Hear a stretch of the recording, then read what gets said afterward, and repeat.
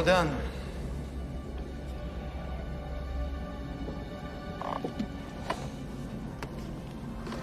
In the mouth of madness.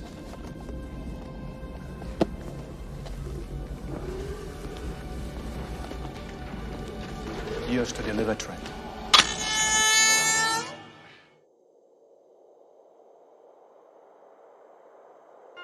Bienvenue dans Dear Horror Movie, le podcast qui a le cœur à la bonne place, à savoir planté au bout de la machette du boogeyman.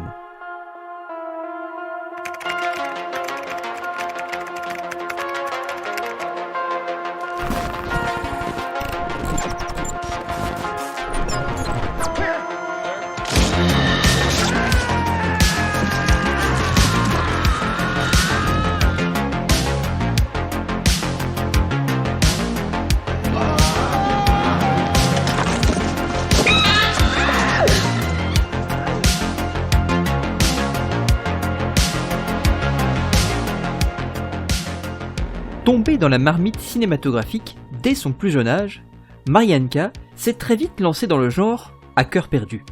Parent comblé d'un beau bébé, le bien nommé Celluloids, blog aujourd'hui parti de sa belle mort, elle y a publié de nombreux articles témoignant de son immense générosité, de sa passion dévorante et de son approche singulière des plus pertinentes de l'analyse.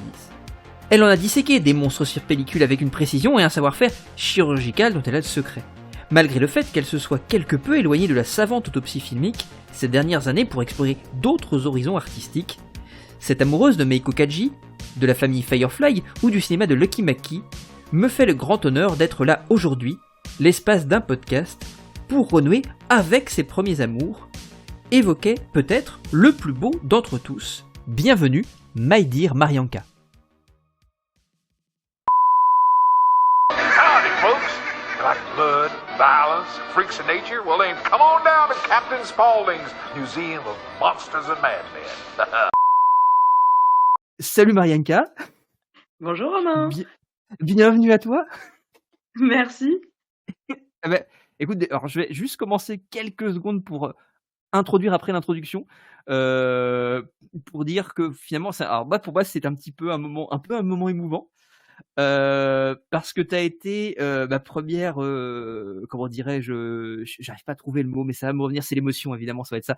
Rédac chef, si je puis dire, puisque il y a quelques années, en fait, alors ça doit faire 10 ans maintenant, peut-être un peu plus, tu m'avais offert la joie, le bonheur, l'honneur de pouvoir participer au webzine que tu avais créé, pour le coup, que tu avais co-créé, pour que c'était une co-création à la base, ou c'est toi toute seule? Je l'avais créé, ouais.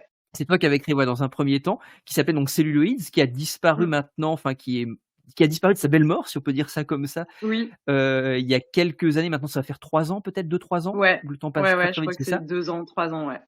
Voilà, donc qui était un webzine sur lequel donc moi j'ai participé 3 ans.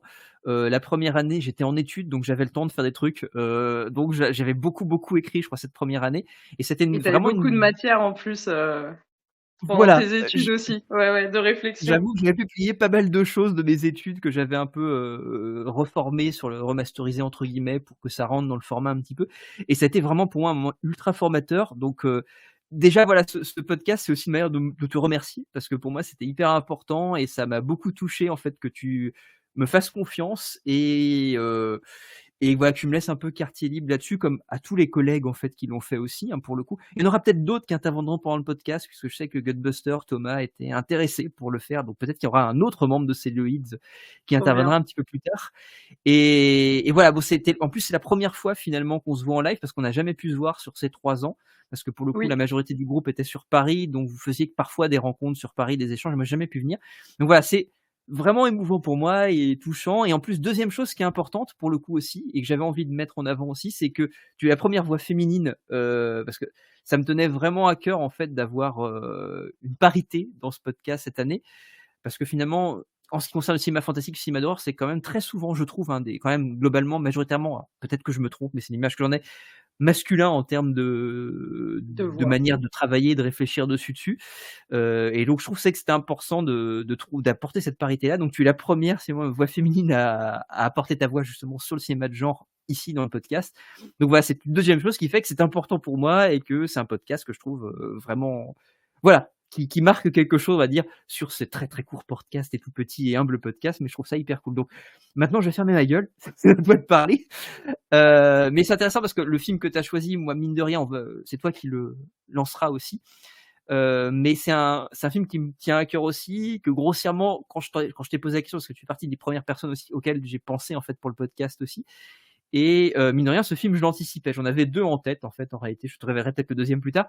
Mais celui-là était pour moi, ça paraissait assez nécessaire que tu en parles. Pour moi, ça allait être une Ouais. nécessité, ça allait découler. Mais j'avais une deuxième, j'avais The Woman de Lucky Mackie en tête Oui, aussi. j'étais sûre que tu allais dire The Woman, j'ai hésité. Voilà, bon bah, donc c'est bien, on se connaît mieux, mine de Après, rien. The Woman, en fait, le truc qui m'a arrêté, je me suis dit, est-ce que je peux le voir une 4e fois? Alors, je l'ai revu il y a pas Parce longtemps, que c'est la deuxième et c'était dur. ouais, et c'est vrai qu'au moment de la sortie, je l'avais vu une première fois en avant-première au L'étrange festival. Je l'avais fait remater aux membres de Cellulo une deuxième fois et une troisième fois. Et la troisième fois, j'avoue, c'était avec Yvan, Hamburger Pimp de Cellulo. Et mon truc, c'était à chaque moment cracra, de le regarder et de m'exclaffer parce qu'il avait l'air horrifié. Le film Mais est horrible. Ouais, moi, je trouve qu'il y a des trucs horribles, vraiment. oui, ouais. Mais c'est vrai que ouais, j'ai hésité parce que c'est vrai que je trouve que c'est un film qui résonne beaucoup et ouais, et c'est un film qui mérite effectivement qu'on parle de lui. Mais je sais que d'entrée de jeu, celui dont on va parler, c'est celui qui paraissait le plus évident. Donc c'est marrant que tu aies eu les deux en tête parce que c'est effectivement ceux auxquels j'avais pensé aussi. Mine de rien, voilà, on se connaît, même si on n'a jamais finalement discuté, on a quand même, je pense, saisi un peu les goûts de chacun, donc c'est cool, c'est Oui, bien. je pense qu'on s'est Alors, ce que je beaucoup te lu. oui, alors je pense qu'on s'est aussi beaucoup lu effectivement à distance, mais on a effectivement les articles ont quand même pas mal tourné. On a certainement lu beaucoup des autres, donc c'est bien, c'est une manière de se connaître aussi, mine de rien, notre écriture révélait beaucoup de choses de nous, donc c'est bien, et nos goûts Oui. cinématographiques aussi. Donc c'est super cool. Bah écoute, ce que je vais te demander, maintenant je vais me taire et je vais te laisser justement te présenter un petit peu rapidement.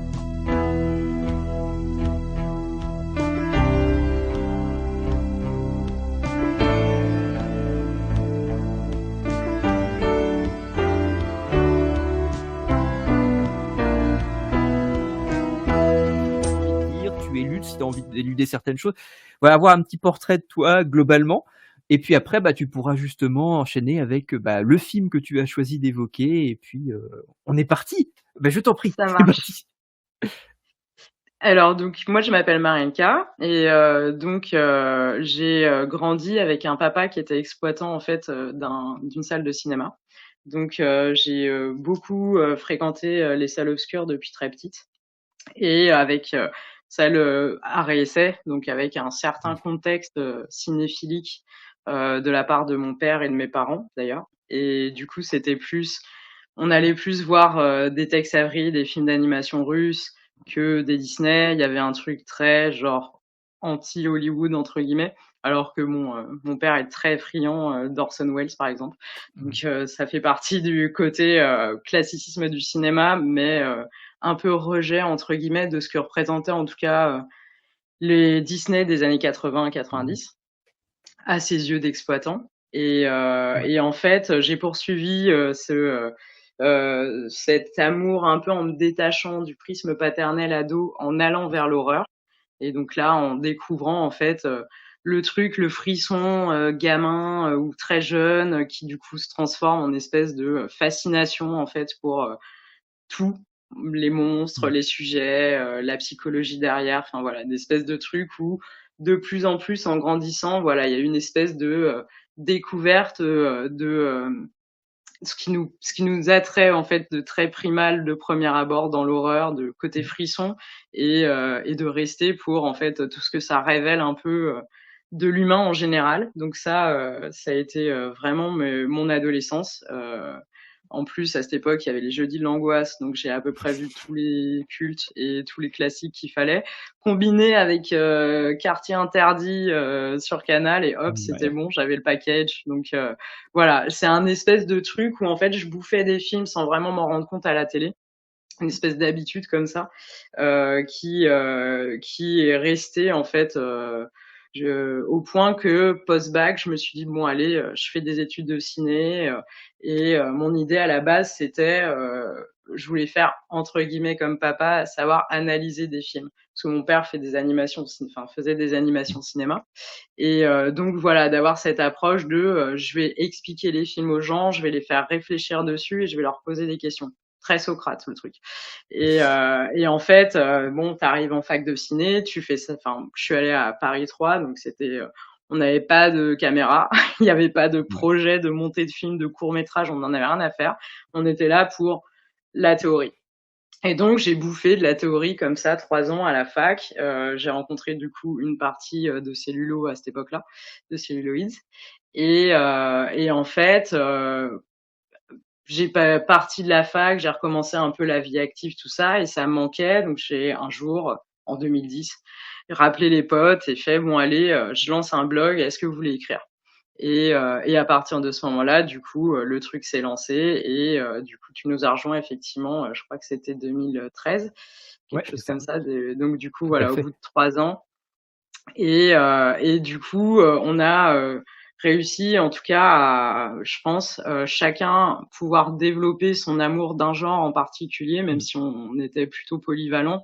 Il y avait quand même ce truc de on est expert dans notre genre et du coup voilà, d'avoir une espèce de poussée de réflexion. Et c'est vrai que quand t'es arrivé, c'était vraiment cette idée de enfin moi j'avais créé Cellulo dans l'idée de on pense que le film de genre c'est un truc popcorn, c'est mainstream, c'est un peu con, notamment parce que le père cinéphile maniaque, du coup pour qui j'ai dû lui expliquer que Hitchcock, Psycho, c'était de l'horreur, ou Shining parce que pour lui c'était du Kubrick et du Hitchcock, il y avait pas de, Ouais. c'était pas du genre.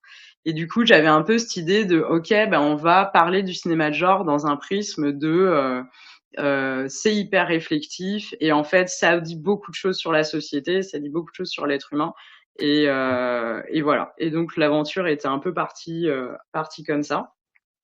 Et puis bah, du coup c'est vrai qu'avec les années, les blogs se sont un peu tassés, ça a été un peu plus compliqué.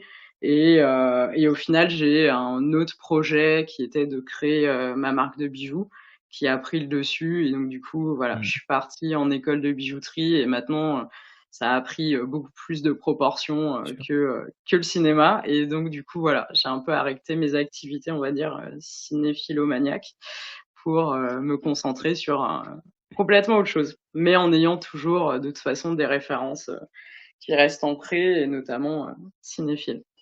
Et alors justement pourquoi quand je t'ai proposé ça, justement avec, mine de rien ce recul un petit peu que tu as pris de l'analyse filmique, de la réflexion autour du cinéma, pourquoi avoir accepté justement est-ce que c'est, le fait d'y revenir, d'essayer de pour le coup le temps de ce podcast, mais ça peut être pour d'autres choses, est-ce que tu as des envies de revenir un petit peu dans ce milieu-là, de continuer à réfléchir sur le cinéma? Ou pourquoi avoir accepté par exemple ici de venir là discuter aussi?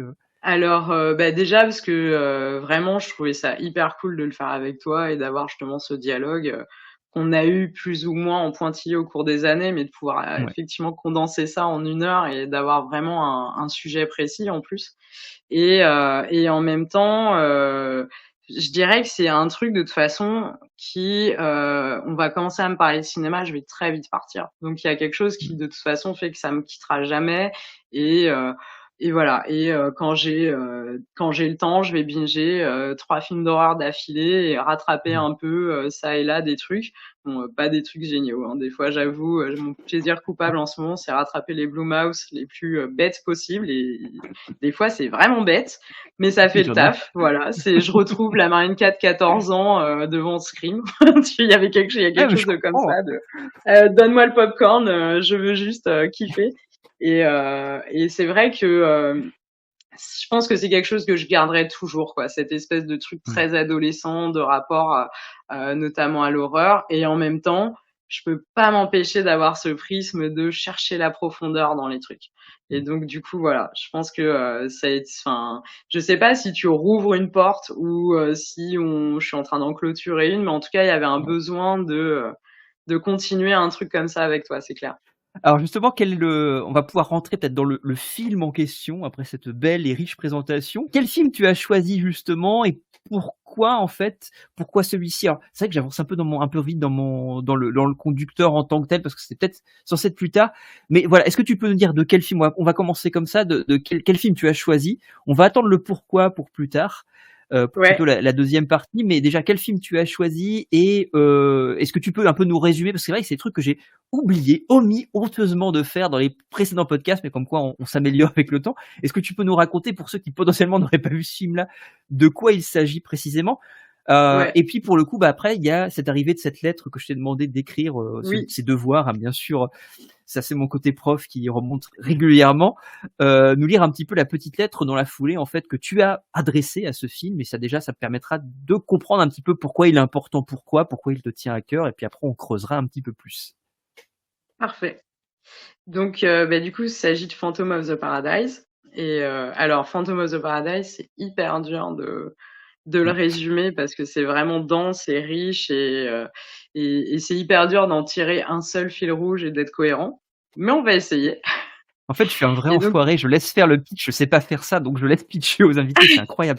alors C'est en plus, je dégueulasse. l'ai écrit, hein, genre, je précise que je suis pas allée copier sur internet ou tu vois, j'aurais peut-être dû, parce que je sais pas si ça va être très clair, mais on va essayer.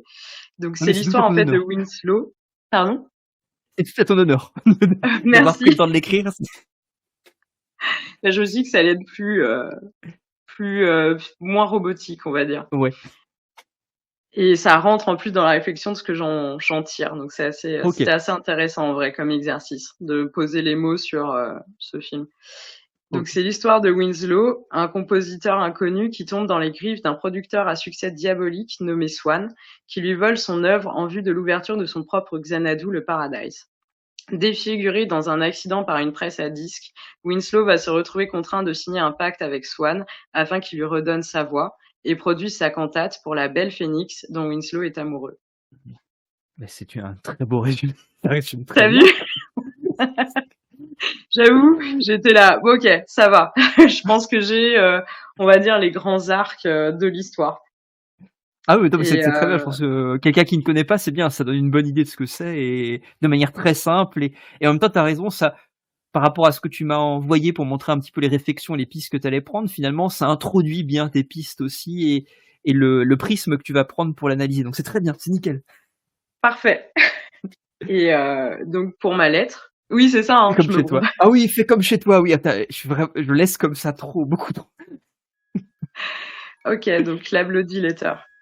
Cher Phantom of the Paradise, tu vas avoir 50 ans, moi 40. Ça fait donc 26 ans que j'ai eu un coup de foudre instantané pour toi, ressentant toujours la même intensité de cette découverte. Tu es le premier film qui me vient en tête quand on me demande mon film préféré. Le film que j'ai le plus cité dans mes devoirs d'étudiante, tant tu es riche de symboles, de couches, qu'il est toujours un régal à analyser. Tu es même le film que j'ai ancré dans ma peau tant je t'aime dans ma chair.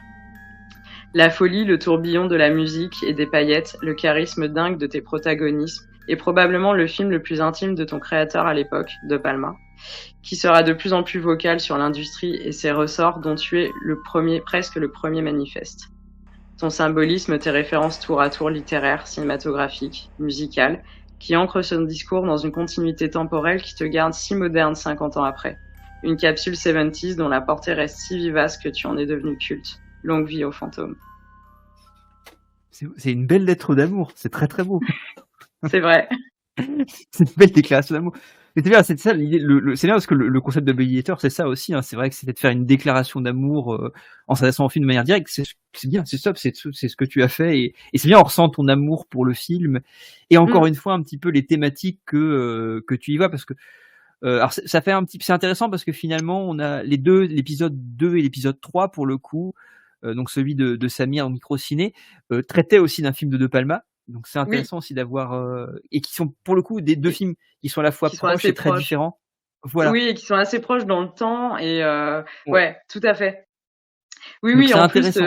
il y a des ponts en plus dans la réalisation dont je vais parler tout à l'heure, mais effectivement j'ai vu ça, je me suis dit bon, ça sera 2 Palmas d'affilée, mais C'est pas grave. Ah non, mais au contraire, moi, je suis très content. Oui. Et puis d'autant que c'est un film on y reviendra tout à l'heure, moi qui me touche aussi énormément, que j'ai vu certainement plus tardivement que toi.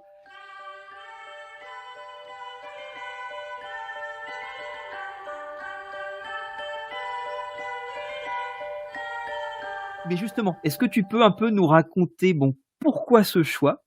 Et comment tu as découvert le film, en fait, dans la foulée, en fait, ou l'inverse si tu préfères, ça peut être dans l'autre sens évidemment aussi?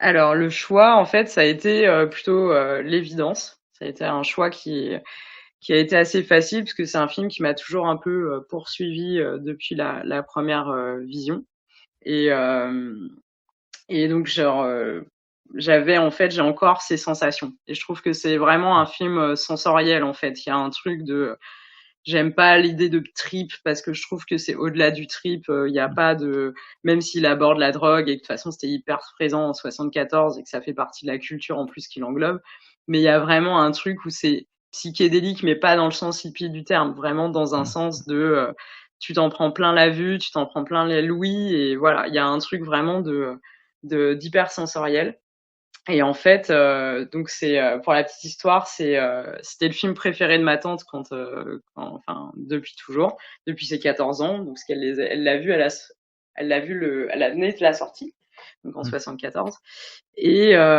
ou 75 et donc quand j'ai eu cet âge-là, en fait, je commençais à avoir un peu des, délires, écouter Janis Joplin, écouter Jimi Mmh. Hendrix, machin et en fait, elle m'avait, filé une VHS qu'elle avait enregistrée sur Paris Première du film, en VO.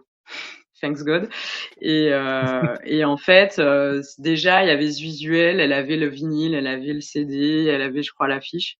Donc il y avait un truc où cette espèce de visuel, dessiné quand j'étais petite me terrorisait et en même temps me Mmh. fascinait parce que Swan est flippant, parce que le fantôme est flippant et parce qu'en même temps, il y a une présence de la musique, donc il y avait quelque chose de ça peut pas être horrifique, ça peut pas être terrifiant. Je pensais que c'était un groupe quand j'étais petite.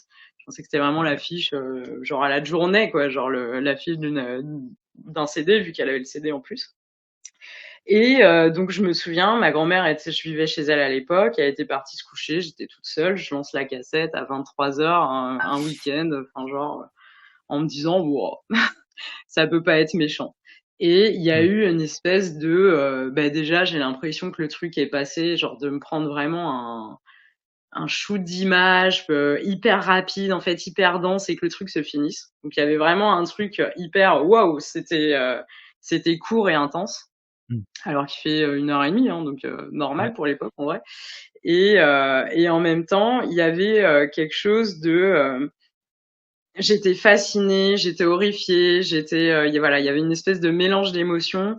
Je crois que c'est aussi la première fois où, je voyais une espèce d'anti-héros, hyper, dégueulasses en fait. Enfin voilà, parce Mmh. ils sont défigurés. Il y a vraiment un truc de la défiguration dans ce film et de la perte d'apparence qui est assez ouf. Et donc il y avait ce truc de, love interest, sordide en fait. Donc c'était Mmh. hyper bizarre d'avoir ce truc 14 ans, voilà, dans un contexte qui sort complètement des codes, dont j'avais l'habitude et hem et il y avait aussi, ouais, la musique, les costumes, enfin, c'était vraiment une espèce d'expérience, en fait. Voilà, une Ouais. espèce d'expérience cinématographique et je pense que plus loin que je m'en souvienne, c'est la première vraie expérience dont je me souvienne encore aussi vivacement, quoi, tu Mmh. vois? Genre le truc où tu lances le film et tu te revois, en fait, la première fois que tu l'as vu, la découverte, quoi. Genre, avant que tu le Ah, vois 1 million de fois et que tu en connaisses tous les recoins, le truc de pur, de tu ne sais pas ce qui va arriver, quoi. Et je trouve ça magique en fait que ce film arrive encore à me donner ce genre d'émotion quoi. c'est un film que tu revois souvent pour le coup ou pas? C'est une question où Franchement, c'est un des films que je revois le plus souvent, je pense. Ouais. OK, Peut-être pas, là, je pense que ça devait faire peut-être 5 ans, 6 ans. OK. Donc Ouais. ouais, je pense une fois par décennie sûr. Alors après, il y a eu un moment où c'était tout le temps.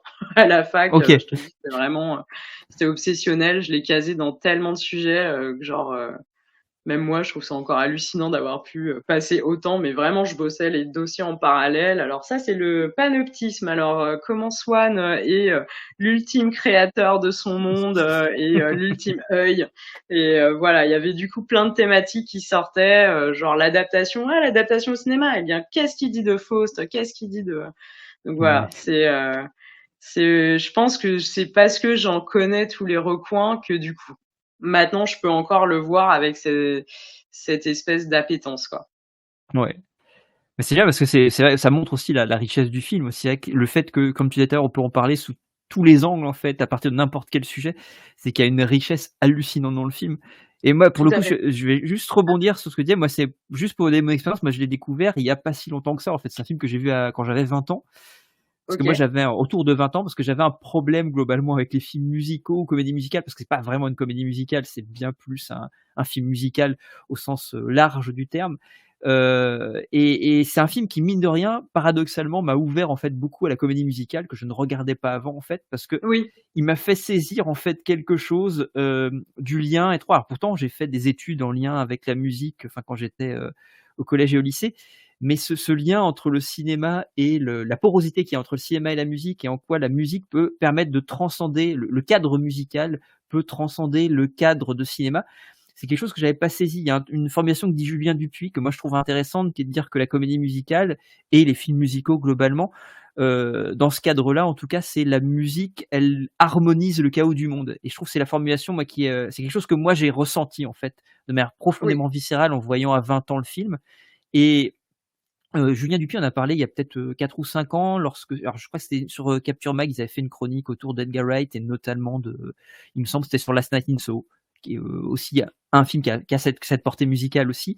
Et il avait posé cette idée-là, en fait, cette formulation-là qui pour moi correspond parfaitement. Et c'est ça que j'ai ressenti en fait en voyant pour le coup Phantom of the Paradise. Et à partir de ce moment-là, en fait, je me suis ouvert à un genre qui était pour le coup très loin de moi jusqu'à maintenant, qui était la comédie musicale. Et c'est à ce moment-là en fait que j'ai découvert curieusement les films de demi derrière, très Mmh. bizarrement parce que pour le coup c'est de la pure comédie musicale, et ce qui est pas vraiment non plus Phantom of the Paradise. Non. Mais ça m'a ouvert à ce truc-là, en fait, où soudainement, quand je vois Phantom of the Paradise, il y a effectivement comme tu le dis, je trouve ce bombardement d'images constant qui parfois, si on extirpe, si on retire la musique à proprement parler, il y a quelque chose qui parfois peut paraître très étrange, très grotesque dans cet enchaînement Oui. d'images qui n'est pas toujours totalement vraisemblable, où on saisit pas vraiment où il veut aller, mais la musique crée de l'harmonie dans ce truc-là. Alors, c'est pas pour dire que la mise en scène de Palma est chaotique ou pas du tout, puisque pour le coup, il donne l'illusion du chaos. Je pense au climax notamment. Bon, je le rappelle, on peut spoiler comme des porcs, y a pas de souci. Il y a un chaos de dingue à la fin, mais il y a une Avec sorte des multi d'harmonie qui se angles de dégage. caméra et ouais, des multi points de Voilà. vue. Ouais. Et je trouve que c'est assez dingue, et je trouve que la musique, en fait, permet ça. Permet ce truc-là, permet d'harmoniser quelque chose, de créer une harmonie qui n'est pas présente dans le cadre, mais qui est présente musicalement. Voilà, c'est vraiment juste pour faire une toute petite parenthèse sur moi, comment je l'ai découvert. Et c'est un film que je vois pour le coup extrêmement souvent. Je dois voir une fois par an au moins, Ah parce qu'il y ouais. a quelque chose d'assez obsessionnel devant ce truc-là. Et bon, on en reparlera un petit peu plus tard, mais à chaque fois que je le vois, j'ai une obsession. Mon intérêt va se fixer sur un truc que Oui. j'avais pas vu avant ou que j'avais un peu laissé de côté. Et là, je me dis, putain, ce visionnage-là, je ne pense qu'à ça. Et c'est très Ouais, et bizarre. c'est ça en fait, c'est que ça change. Tu vois, genre il y a quelque chose de perception, tu peux le revoir plein de fois, mais en fait, Ouais. à un moment, tu vas avoir un truc qui va genre ah mais ça en fait, j'y avais jamais vraiment fait attention. Ah mais ça en fait, et comme si ouais, il y avait plus, je trouve que il vieillit bien dans le sens où ouais, il y a toujours un espèce d'écho Mm. actuel qui fait que c'est hyper réflectif, mais c'est assez marrant parce que c'est moi, je le trouve assez. En fait, je l'ai découvert entre Velvet Goldmine et Rocky Horror Picture Show. Ok. Et pour moi, ça reste dans ma tête une espèce de trilogie, tu vois, genre de pépites où d'un coup j'ai été projetée dans des films où en fait la musique est un acteur essentiel, voire même le Mm. fil conducteur. Et Velvet Goldmine, pour moi, il a ce truc de, Ouais. c'est un film sur la musique et sur la création de la musique. Mm. Et pas vraiment, tu vois, genre donc et ça en plus, je trouve que c'est des super BO. Je trouve que vraiment, Ouais. tu vois, tu les mets et en fait, le choix des chansons est parfait. En plus, on en reparlera, mais Phantom of the Paradise, il y a vraiment un truc où que Paul Williams soit à la fois devant la caméra en jouant Swan et en même temps écrit complètement des morceaux complètement incroyables pour le film. Et je trouve que voilà, il y a un truc qui fait que la musique est imprégnée dans tous les pores du film, aussi parce que le compositeur en fait partie. Je trouve que c'est assez fort, Ouais. quoi. Ah oui, ça et puis en plus, il joue je trouve que le personnage est extrêmement charismatique et Paul Williams joue incroyablement et divinement bien. Je trouve Tout il à est fait. absolument Ouais, dingue dedans.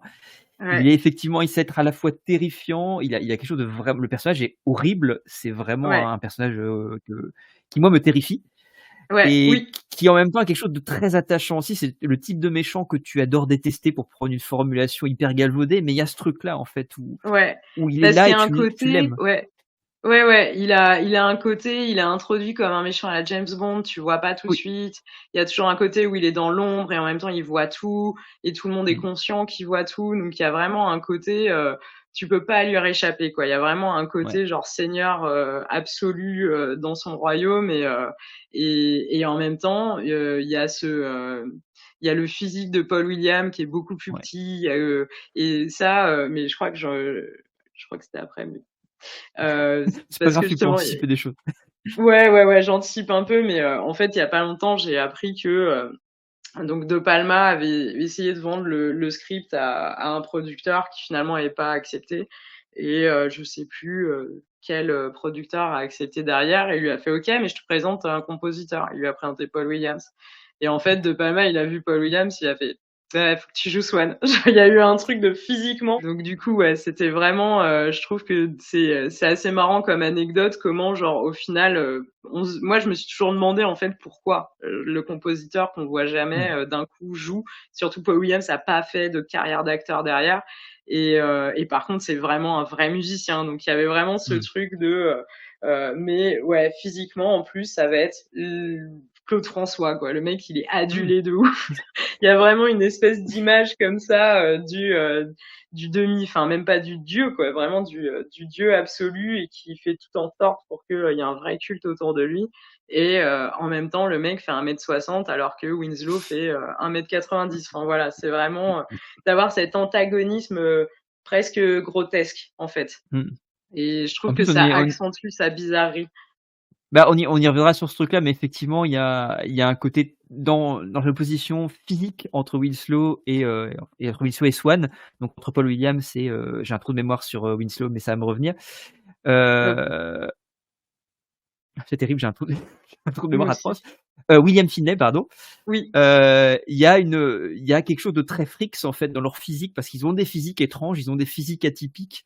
Et il y a ce truc très freaks, en fait, très freak show, en fait, qui est vraiment renforcé. Ils ont en fait, grossièrement, tous les personnages ont quelque chose de physiquement un peu étrange oui, et je trouve que c'est pas des gens, c'est pas des entre guillemets «des canons de beauté», c'est des gens qui ont des gueules et qui ont des physiques particuliers et je trouve que ça va merveilleusement bien avec l'ensemble, avec ce côté parce que c'est aussi un film de monstres aussi, on en reparlera certainement. oui, Mais il y a quelque oui, chose de monstrueux un peu chez tous les personnages en fait et c'est ça qui est hyper intéressant. Ils portent un petit peu ça sur leur physique et après on va jouer sur la dichotomie entre le physique et en quoi le physique potentiellement reflète l'âme du personnage et cetera, ce qui se cache derrière avec la question du masque et cetera et c'est hyper oui, intéressant en fait de travailler ces physiques-là, de travailler c'est vraiment pour moi un film aussi sur le corps. Je pense à toute cette séquence-là à la fin, sur le climax où il y oui. a cette multiplicité des points de vue et où on colle au corps des personnages dans cette Ouais. foule qui est complètement, On prise par sent une les forme de coups. folie. Oui, oui, complètement, Voilà, les coups reçus et ouais, ouais, il y a quelque chose de se rapprocher. Au plus, Winslow, on le voit très, très près, et oui, puis il y a le gros plan sur la défiguration de Swan quand il ouais, perd son masque. Enfin, il y a vraiment un truc de collé à l'horreur. Ouais. Et je ouais, pense que c'est ce qui fait aussi la force de ce climax. C'est là, en le revoyant, tu vois, c'est le truc qui m'avait jamais vraiment marqué, c'est la multicaméra, quoi. ouais, Et en vrai, c'est ce qui donne cette espèce de justement de tourbillon, de vertige. C'est parce qu'en fait, il y a 12 caméras qui sont en train de filmer la même scène. Et ça, c'est un peu le génie de Palma. C'est vraiment mmh, de multiplier les points de vue et pour augmenter la sensation, en fait. Pour moi, c'était vraiment ça, quoi. De Ce que j'aime chez De Palma, surtout à cette période, c'est que il a conscience du pouvoir qu'il donne au spectateur. C'est le côté très Hitchcockien. C'est le côté tu sais avant le personnage. Enfin, voilà, cette espèce de façon de créer le suspense. Et là, c'est comme si d'un coup le point de vue fusionnait et que du coup tu avais plus recul de spectateur, mais que t'étais balancé directement en fait au cœur de la scène, quoi. Là, il y a un truc où tu peux plus anticiper. Et Fantôme, je trouve qu'il y a vraiment ce côté-là. Il va jouer sur un côté, tu vas pouvoir anticiper, il va créer le suspense, et on va en reparler aussi quand on va aborder la séquence choisie. Et d'un autre côté, il y a ce côté où le corps, il faut que tu le ressentes en tant que spectateur. Et donc, ça va être, ouais, voilà, le tourbillon, la violence des coups, la manière dont les hurlements d'un coup par rapport à la musique. Et il te crée cette espèce en plus de décalage dans ce climax où personne dans la fête se rend compte de ce qui se passe. Ouais. Il y a ce truc de show must go on, quoi. C'est-à-dire que les gens continuent à faire la fête alors que l'horreur est en train de se passer et que même ils y participent pour Swan, en l'occurrence. Ouais. Il y a une sorte de transe à la fin qui est assez folle et que tu ressens même viscéralement, en fait. Moi, j'ai l'impression d'être en transe en voyant le film, en fait, vraiment à ce moment-là où Ouais, il y a une sorte de montée en puissance jusqu'à ce moment, effectivement, qui est complètement dingue et qui est vraiment une figuration du chaos. Pour le coup, c'est vraiment ultra chaotique, mais en même temps, c'est un chaos qui est fin, en fait. Tout ce chaos est construit et fabriqué par De Palma, effectivement, par la virtuosité qui peut avoir le génie à pouvoir basculer, comme tu disais, d'un point de vue à un autre. C'est incroyable. Enfin, moi, je trouve la fin incroyable, mais c'est une... oui.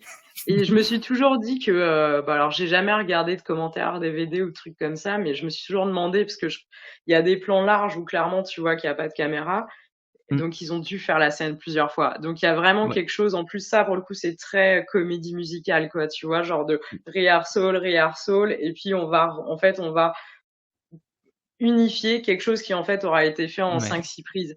Et ça, c'est en vrai par rapport à qui c'était à l'époque. Et il y a quelque chose de vraiment très grandiose. On sent que Ouais. cette scène-là, ils voulaient Minéliser, en quelque sorte faire du Minelli, et voilà, qui est cette espèce de on va être dans un truc avec plein de figurants, avec plein de trucs qui se passent.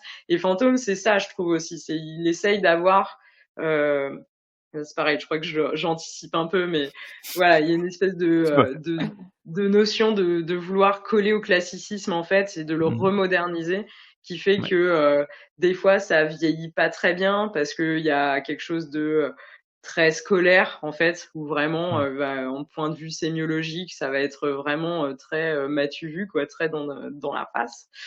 Et en même temps, d'un autre côté, il veut quand même créer des codes et assumer des codes, et que ça soit quelque chose qui, on sent qu'il veut marquer en fait vraiment Ouais. son époque et le cinéma de manière globale. Et je pense qu'en vrai, il a réussi, parce que je pense que des des séquences de palmaesque, on en voit plein en fait, sans même s'en rendre compte. Je pense que c'est des mecs comme Fincher, on les a tellement bouffés en fait, et ils ont tellement été repris et recrachés que du coup, on n'arrive plus trop à avoir la vraie paternité. Mais je trouve que quand on revoit les premiers De Palma, hors ce côté très scolaire, il y a quelque chose de ouais, ce tourbillon, quoi. Ouais. Cette manière d'amener le chaos, comme tu dis, quoi. C'est donc il veut être très classique, et en même temps, il y a un côté très, et ça le poursuit dans sa carrière, très punk, qui fait que Ouais, ouais. en vrai, il veut casser aussi les codes et il veut casser les normes. Et c'est marrant parce que le physique en fait de ces personnages sont dans cette idée, ils cassent des normes. Il y a la beauté qui est célébrée dans Fantôme, à part Phoenix. Elle Ouais. n'existe pas. Oui, non, C'est mais pas tout à du fait. tout les codes de notre société, quoi, ou du moins d'Hollywood.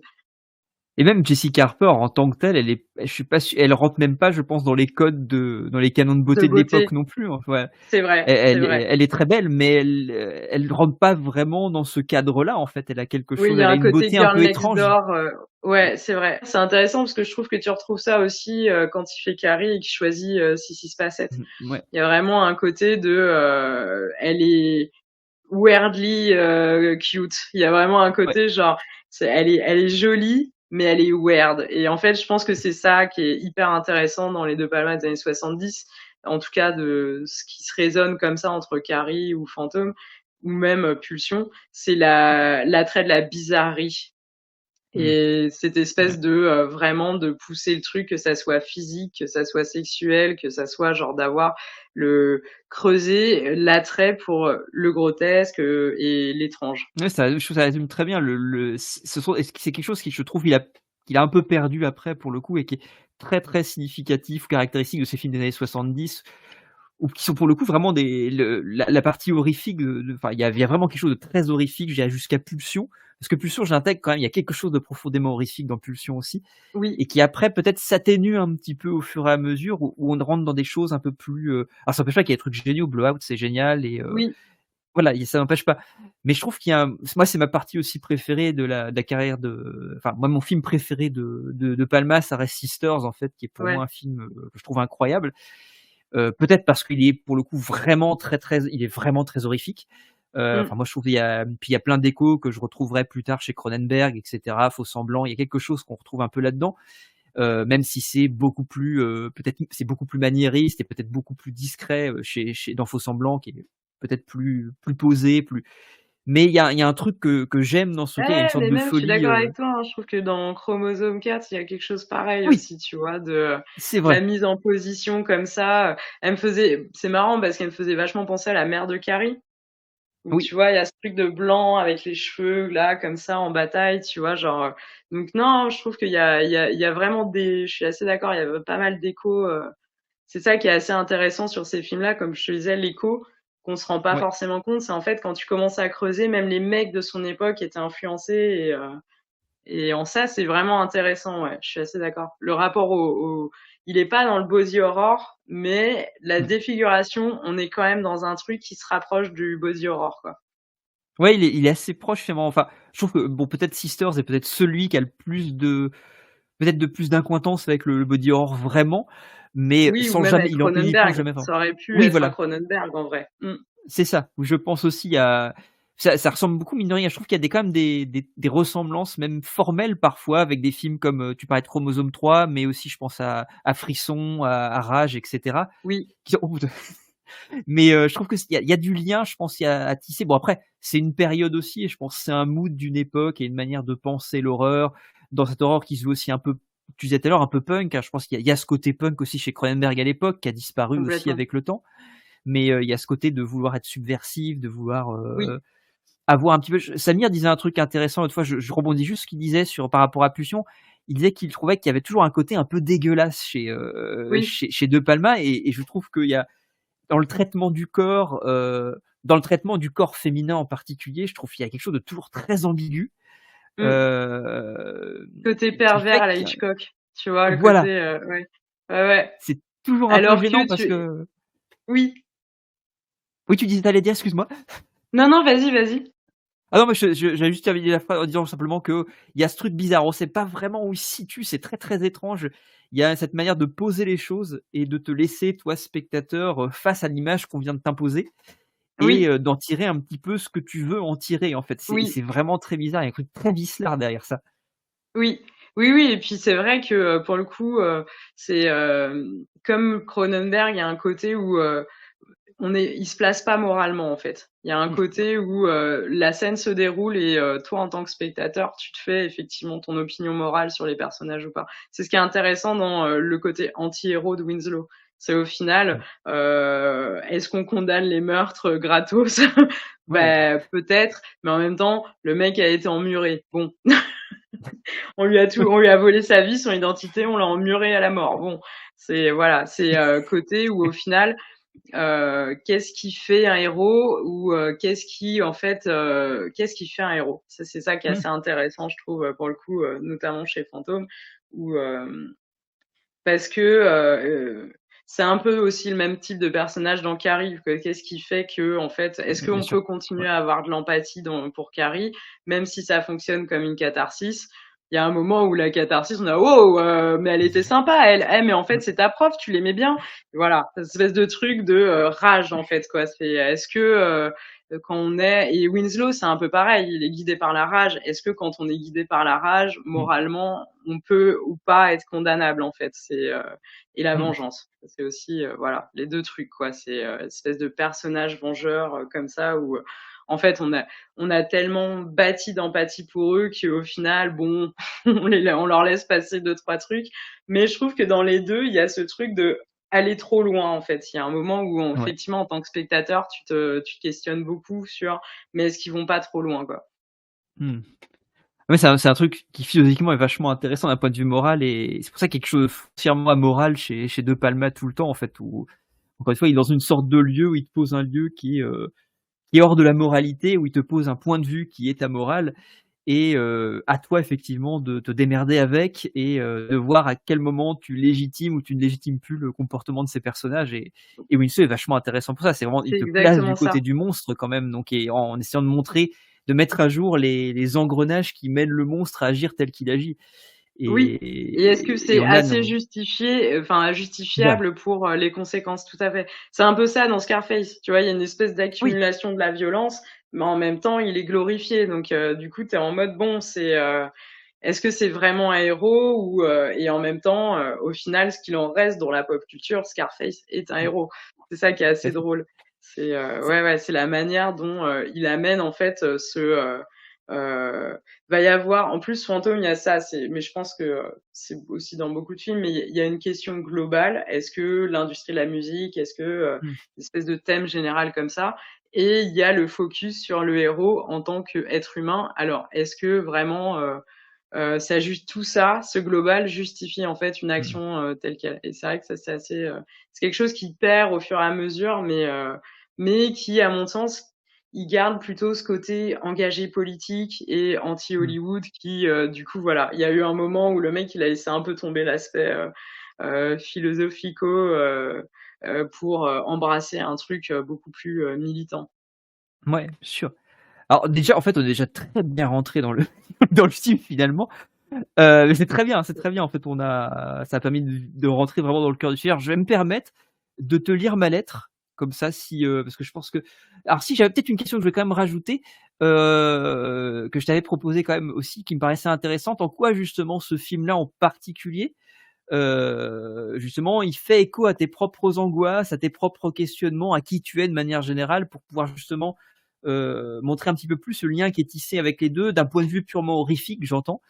Voilà, qu'est-ce qui chez toi en fait fait, qu'est-ce qui fait écho à ce film-là ou qu'est-ce qui dans le film fait écho, c'est plutôt mieux dans ce sens-là, à tes propres angoisses et alors si tant est que le film t'angoisse, c'est te mettre dans un certain état, mais voilà, qu'est-ce que ça active chez toi, si je puis dire et en quoi ça fait écho à tes angoisses? Je suis en train de me répéter, mais voilà, tu vois Oui, l'idée. oui, oui.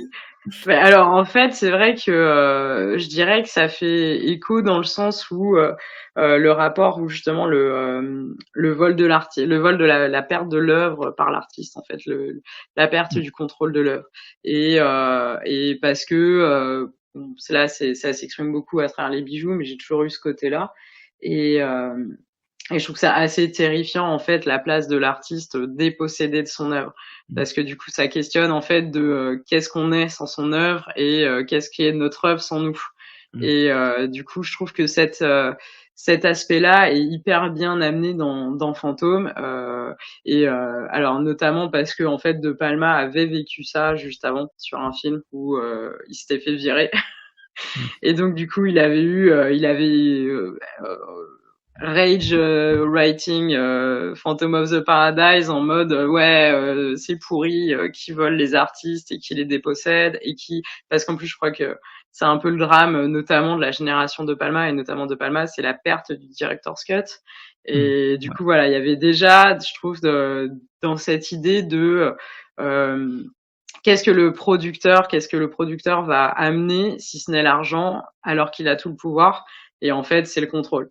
Et du coup, il y a ce truc terrifiant de l'artiste a besoin du mécène financier pour pouvoir mmh, produire et en même temps le fait qu'il soit produit comme ça le dépossède d'une partie du contrôle de son œuvre. mmh, Donc c'est vrai il y avait ce côté-là et puis en fait là en discutant avec toi, c'est vrai qu'il y a je pense ce rapport à la monstruosité et au questionnement en fait le côté Fricks qui effectivement a un côté où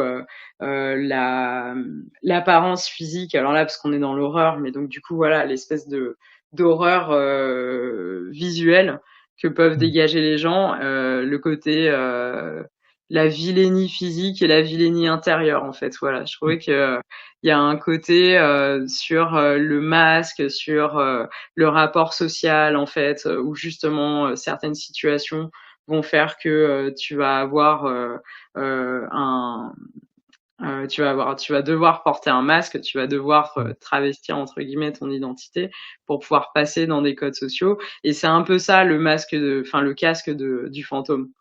Il est le seul moment où il se révèle à Phoenix, elle part en courant. Donc il y a quelque chose de socialement, il est obligé de porter ce masque pour qu'on puisse le regarder, pour qu'on puisse le tolérer. Et il y a aussi tout un truc de chez Winslow de la perte d'identité et de ce que t'es prêt à faire en fait pour pouvoir le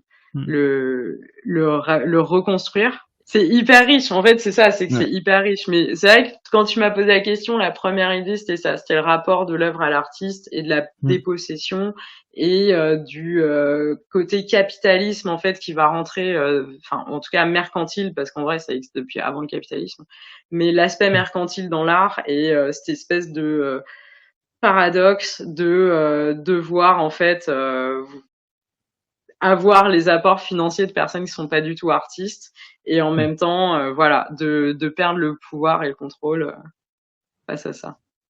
Toute la question effectivement de la liberté de l'artiste, si cet artiste l'artiste a une nécessité effectivement à être financé, mais ses finances effectivement ont tendance à phagocyter sa liberté aussi. Donc c'est vrai que il y a quelque chose en fait c'est un truc qui est pas peut-être pas terrifiant au premier degré au sens horrifique du terme à proprement parler, mais je pense qu'une fois effectivement que on est plongé dans le point de vue, parce que pour De Palma c'est un cinéma du point de vue, une fois qu'on est vraiment immergé dans le point de vue de Winslow, tout ce qui semble arriver à l'extérieur de lui et qui cherche finalement à le contraindre dans sa création ou à l'utiliser dans sa création devient absolument terrifiant. En fait, c'est intéressant d'avoir cette manière de se glisser dans sa tête, dans sa perception du monde, Oui. où tout semble autour de lui en fait s'abattre, se resserrer autour de lui pour pouvoir le déposséder. Et là, pour le coup, ça en devient vraiment terrifiant en fait. En vrai, en regardant, il se passe la même chose avec Phoenix. C'est un truc que j'avais pas forcément capté, mais en fait, Phoenix, elle a cette progression où elle refuse de coucher pour la première audition. Elle a la deuxième audition et en fait, alors qu'elle est reléguée, elle devient la star. Et au moment où elle devient la star, elle dit à Swan, je donnerai tout pour que la foule m'acclame encore.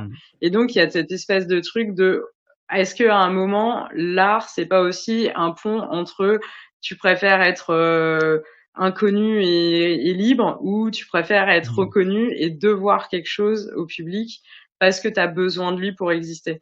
Et en fait, c'est ça, ce trio est très intéressant parce que il y a ce côté très vampire de Swan, mais en même temps, sans lui, la cantate n'existe pas. Donc c'est marrant parce que il s'est inspiré de Phil Spector et Phil Spector, c'est vrai qu'il y avait un côté comme ça, c'est le mec énorme connard mais génie. Donc du coup, séparer l'homme de l'artiste dans ce cas-là, bon. Là voilà, il y a ce côté où au final, il y a le producteur qui est pas seulement financier mais qui est en fait sublime par le biais de la production et c'est assez marrant que De Palma ait ce point de vue à ce moment-là parce que je pense que ça veut dire que dans sa tête, il y a nécessité d'avoir l'argent des studios pour pouvoir atteindre le niveau en fait d'œuvre de moyens pour pouvoir délivrer son œuvre et en même temps, il a déjà conscience que plus en fait il va donner plus les studios vont lui donner, plus il va perdre en fait de contrôle. Et c'est fou que le mec au bout de 8 films ait déjà compris ça et quand même continué. Ça c'est il y a un peu d'espoir quand même. Il y a pas un désespoir total chez De Palma parce qu'il a quand même cette foi en le cinéma, peut-être malgré tout, qui le fait qu'il ne s'arrête pas, qu'il ne cesse pas en fait. Et oui, je trouve que surtout, alors particulièrement les dernières années, quoi, on va dire post 2000, où il est allé chercher des financements en Europe, il a vraiment il y a eu un côté post 11 septembre où Redacted c'est pas passé et que du coup après il était pas du tout dans les grâces d'Hollywood, il l'était pas déjà trop avant après Mission Impossible, mais là le mec vraiment il aura fait un gros fuck et en fait il a ce côté où de toute façon il faut qu'il fasse des films quoi, c'est voilà, il y a des mecs comme ça où de toute façon bon ou mauvais parce que De Palma a fait vraiment des mauvais films aussi, et particulièrement dans les dernières années justement. Mais il y a toujours ce truc de toute façon, tant qu'on peut, on crée des films. Il y a ce besoin effectivement qui est peut-être lui échappe, hein, vraiment de filmer des trucs effectivement ça. Il y a, quand je dis espoir, peut-être pas finalement, peut-être que c'est ce besoin presque vital de tourner, même si Oui. effectivement le résultat n'est pas, toujours, à la hauteur. Ouais, mais tu vois, il y a des réalisateurs comme ça, t'es en mode ouais, mais continue, il y a pas de souci, t'as Ouais, mais acheté c'est tes ouais. galons, tu vois, de toute façon, c'est pas voilà. Et en plus, surtout De Palma qui a jamais réussi, tu vois, en fait, tous les mecs de sa génération ont atteint ce stade où plus ou moins ils pouvaient faire Mmh. ce qu'ils voulaient, on va dire entre guillemets, mais que ça soit Coppola ou Scorsese, ils ont quand même eu une apogée. Et De Palma, c'est comme s'il avait toujours cherché après cet apogée, qu'il a fait des compromis de studio, ok, Mmh. d'accord, et qu'en fait, il a jamais eu son retour. Et on sent que le mec, ça l'a de plus en plus pesé aussi, quoi, Ouais. une absence de liberté qui se restreint de plus en plus au cours de sa carrière, là où d'autres en fait ont quand même eu un moment de tranquillité entre guillemets, quoi, Mmh. où leur nom imposait et ouais. Mais ça Ça reste, descend tu vois, pour le coup, dans le nouvel Hollywood, je trouve que justement c'est peut-être celui qui du coup est resté le plus, comment je pourrais dire ça?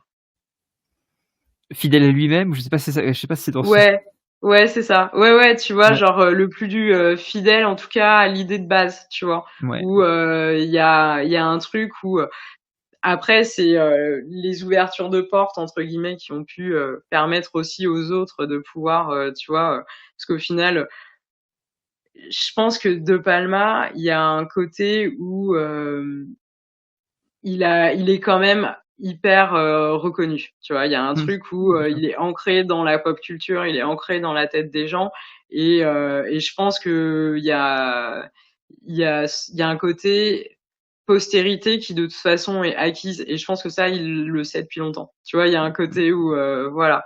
Oui, non, mais c'est vrai, il a et puis il a une assise au-delà même de la pop culture, il a une assise dans l'histoire du cinéma aussi, il a cette reconnaissance aussi et cette légitimité-là, en fait, qui fait que, ce que tu dis et c'est intéressant, c'est vraiment écho à la lettre que tu as écrit où c'est vraiment un film très intime et très presque, j'irais pas jusqu'à dire, il est aussi autobiographique que Chromosome 3 et autobiographique pour Cronenberg. Il y a quelque chose où il parle vraiment, peut-être plus que dans d'autres, de lui très de manière assez profonde, assez intime, donc c'est ça qui est aussi, hyper touchant en fait dans le film. Au-delà Oui, de tout ce qu'on a pu dire, il y a quelque chose de très touchant en fait dans cette manière de se livrer au public. Et ce qui est d'autant plus intéressant, tu parlais du public aussi et du rapport avec Phoenix, parce que je pense à ça parce que le public, ça me fait penser à ça, où le public aussi est montré de manière complètement monstrueuse aussi. Il y a ce truc-là aussi. Le public est aussi vorace. voilà, vorace, vampirique, que la figure de Swan aussi en fait. Donc Oui, je pense qu'il y a aussi ce discours de son rapport à lui-même, au public aussi, aux attentes d'un public, etc. À ce qu'ils attendent de lui, de Palma, ce qu'il veut leur donner est contraint par des contraintes de studio qui peuvent avoir du lien avec des questions. Tu parlais de questions mercantiles, d'offres et de demandes, etc. C'est un truc vraiment. Enfin, je trouve qu'il y a quelque chose de très intime là-dedans, de très touchant et de très ouais, il y a quelque chose de très simple derrière ça, derrière cette mise en scène extrêmement complexe, sophistiquée, virtuose. Il y a quelque chose finalement de très simple et de très innocent, naïf, de porter au nu un petit peu ses propres angoisses, qui est vachement intéressant. ouais, et puis ce côté manifeste, tu vois, genre Ouais. en ça, je pense qu'effectivement il y a un truc très intime, parce que par la suite il y a eu des adaptations, il y a eu des trucs, tu vois, je trouve qu'il perd en cohérence en fait Ouais. sur certains films à un certain moment, tu vas passer les années 90, il perd en cohérence de Mmh. auteur entre guillemets, tu vois. Ouais, Mais après, il fait partie de Nouvelle Hollywood, donc c'est quand même ce que les mecs ont posé sur la table, c'est nous, on ouais. est des auteurs.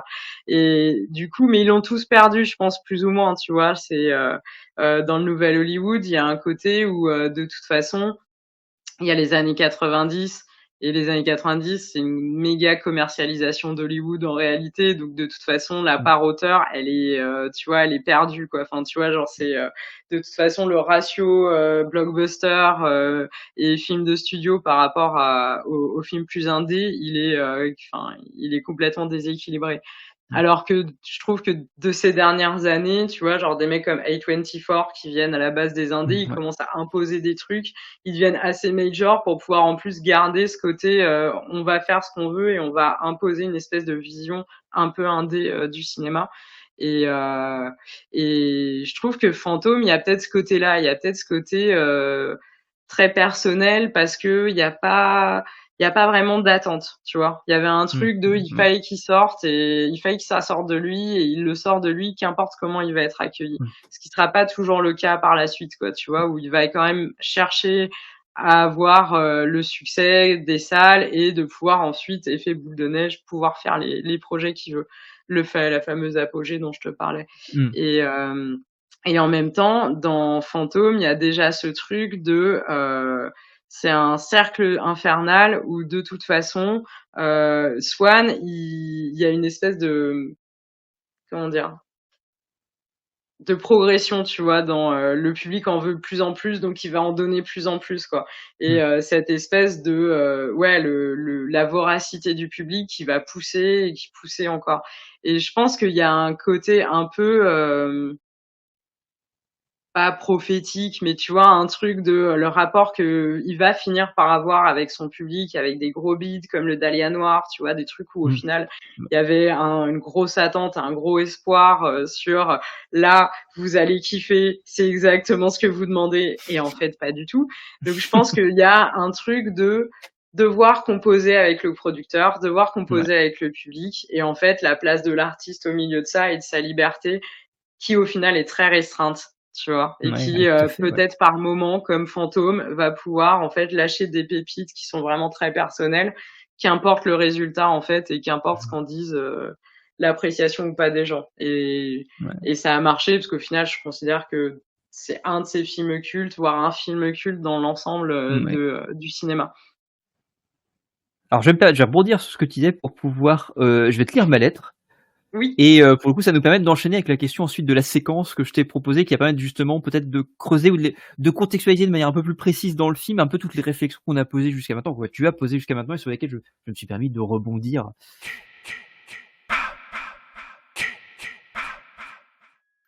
Cher Fantôme de Paradise, tu es une œuvre complètement unique, une sidérante créature de Frankenstein faite de morceaux de corps cinématographiques exquis, assemblés de façon érudite.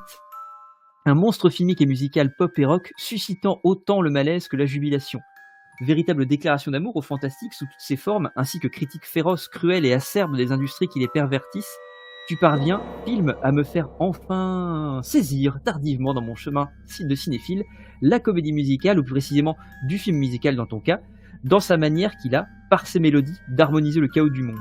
La composition musicale transcende un cadre foisonnant, débordant de folie communicative, génialement composé, pour donner sens à la condition humaine, à sa nature et à sa démesure, à la cacophonie pulsionnelle qui l'habite.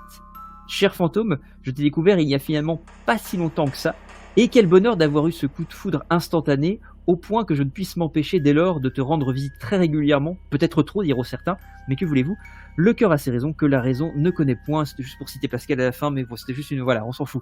C'est marrant, je pensais pas que tu le voyais aussi souvent, mais effectivement, ce côté pas doudou, mais en tout cas très escape, tu vois, genre il y a un truc où c'est un film qui te t'aspire. Je dirais pas qu'il te fait t'échapper parce que en vrai c'est pas non plus une vision de rêve, mais voilà, il y a un truc qui t'aspire, qui te sort de ton univers et qui te plonge dans le sien, quoi.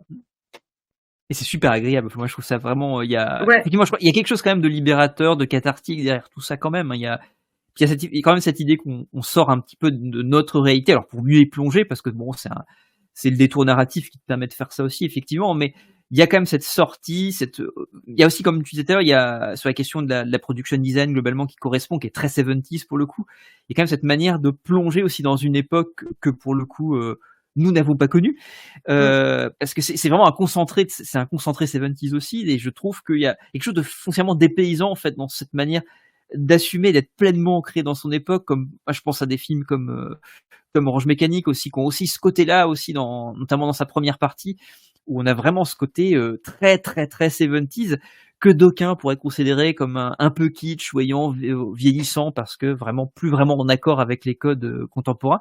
mais Mm. qui moi me fait un plaisir de dingue. Et là pour le coup tu parlais de doudou, il y a quand même un petit côté doudou quand même, d'une époque que je Ouais, n'ai pas ouais, ouais. connue, mais qui a quelque chose de doudou en fait, curieusement. Et c'est pour ça qu'il y a quelque chose d'aussi agréable que profondément dérangeant et qui me mettrait mal à l'aise aussi, hein, de toute façon. Ouais, et en même temps, tu vois, il y a un espèce je dirais, d'équilibre qui fait qu'en fait, le côté agréable fait que tu as envie d'y revenir quand même. Ouais. Tu sais qu'il y a le côté désagréable, mais c'est pas quelque chose, tu vois, on parlait de The Woman tout à l'heure. Je sais que j'aurais pas pu le choisir parce que The Woman n'est pas agréable. Il est pas fait Non. pour être agréable. Il est pas fait pour que tu le regardes une deuxième fois déjà, donc encore moins une quatrième. On est Mais d'accord. Fantôme, il a ce truc où au final, c'est vraiment l'évasion, quoi. C'est ouais, la capsule.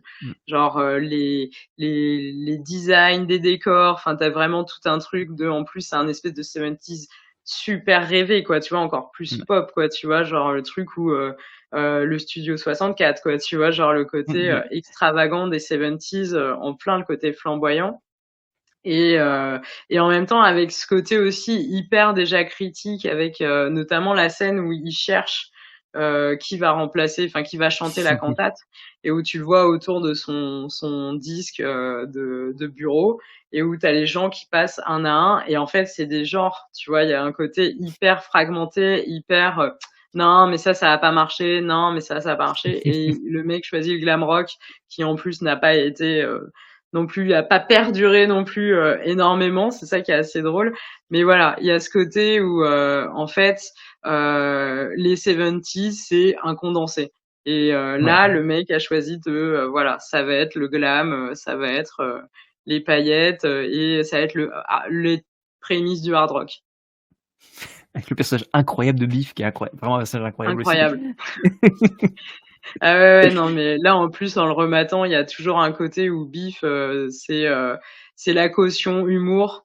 Et en fait, c'est vraiment à chaque fois que le mec apparaît, t'es sûr que ça va redescendre un peu d'un cran parce que sinon, en fait, le film ne descend pas. Il a beaucoup de sérieux et il y a ce personnage complètement loufoque au milieu et qui, du coup, ouais, permet aussi, peut-être que ça participe au côté doudou, tu vois, de savoir Ouais. que tu vas avoir une bonne tranche de rigolade dans les scènes de Biff.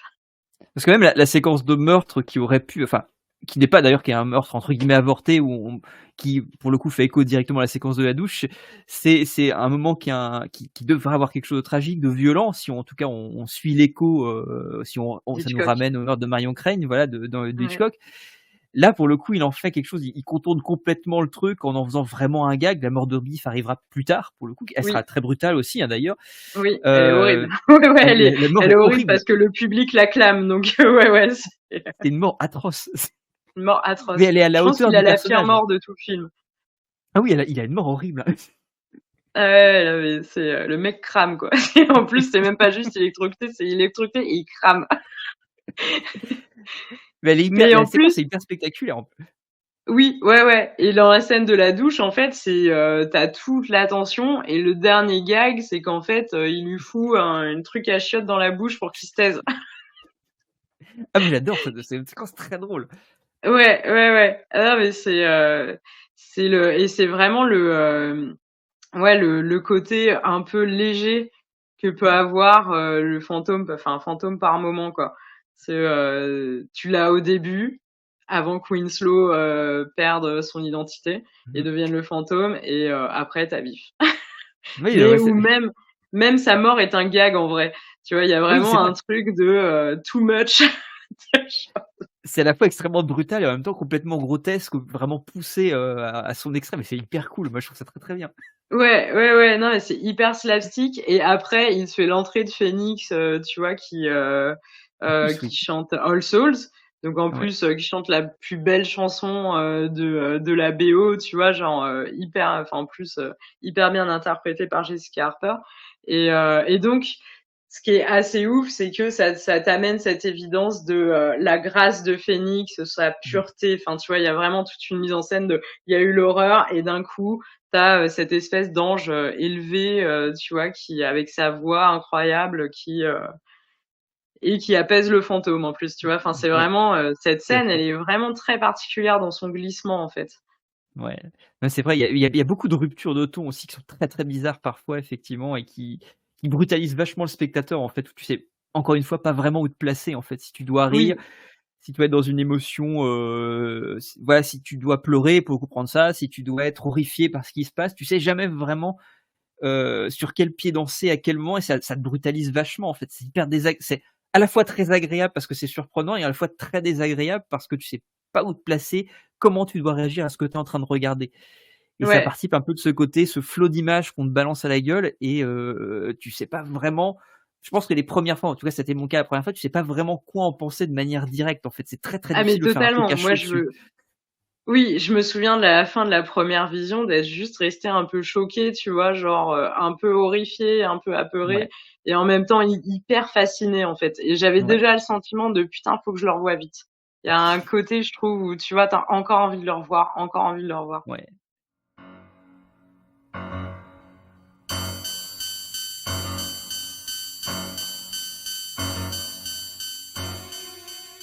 Alors ça peut être on va continuer, on va aller vers une séquence pour le coup, comme on pousse bien, on ancre bien. Alors je t'ai proposé une séquence, que je mettrai en fond sur le montage d'ailleurs en termes sonores, histoire qu'il y ait au moins un petit écho. Alors je vais te demander simplement de la décrire, voilà, en quelques mots pour, les auditeurs, en fait, celle que je t'ai proposée, de manière très Ouais. simple, hein, pour le coup, parce en fait, finalement, ce qui est intéressant, c'est qu'elle est finalement assez simple dans ce qu'elle raconte et un petit peu, voilà, me dire qu'est-ce que tu tires un petit peu de cette séquence et puis après moi je t'explique rapidement en fait pourquoi je l'ai choisie et pourquoi elle me paraissait intéressante. Mais je pense qu'il y a pas mal de choses sur lesquelles je vais pas non plus trop creuser parce que tu vas avoir dit plein de choses je pense en amont. Il y a les choses qu'en fait tu as dû enfin, la séquence est assez explicite sur ses partis pris, sur note d'intention pour que finalement ce que j'avais pensé en amont, tu l'aies très bien dit par la suite. Donc je reprendrai juste 2-3 petits trucs que j'avais en tête. Mais voilà, je t'en prie. Ça marche. Donc c'est une scène en split screen, donc avec l'écran coupé en deux. On suit en plan séquence des deux côtés la voiture où Winslow vient de mettre une bombe et la scène qui se déroule en parallèle sur la scène du Paradise. Et donc à un moment, la voiture rentre en scène et on commence à voir les deux points de vue de l'action qui se rejoignent avant en fait de s'éloigner pour que on voit Swan comprendre que le fantôme est à l'origine de l'explosion. OK. Complètement résumé. Trop bien. Parce que pareil, c'est pas facile. C'est C'est pas vrai des que c'est pas séquences c'est pas très simple. faciles à expliquer, mais ouais. Je trouve que c'est une scène intéressante parce qu'en fait, dans le moment où elle arrive dans le film, c'est un peu comme la scène de fin. T'as un moment où De Palma, il aime bien montrer que techniquement, c'est quelqu'un, quoi. Et c'est ce que j'aime bien aussi dans cette période, tu vois. C'est justement ce côté, genre un peu too much, même dans sa réalisation en fait. Et là, dans ce plan-là, donc il fait référence à l'intro de La soif du mal de Wells. Et je pense que Wells, c'est quelqu'un qui fait beaucoup écho justement par rapport à ce film. Wells, c'est un mec qui, dès son premier film, a perdu le director's cut et s'est fait genre juste démonter et détruire de la moitié de sa filmographie. Donc clairement, le mec est un martyr d'Hollywood et de la production, de la manière dont les studios peuvent justement mettre la main mise sur une œuvre. Et donc cette intro pour chez Wells, c'était un moyen de montrer sa virtuosité du plan séquence. Et comme il aime bien aussi Hitchcock et qu'il aime monter la tension comme Hitchcock, il propose un split screen.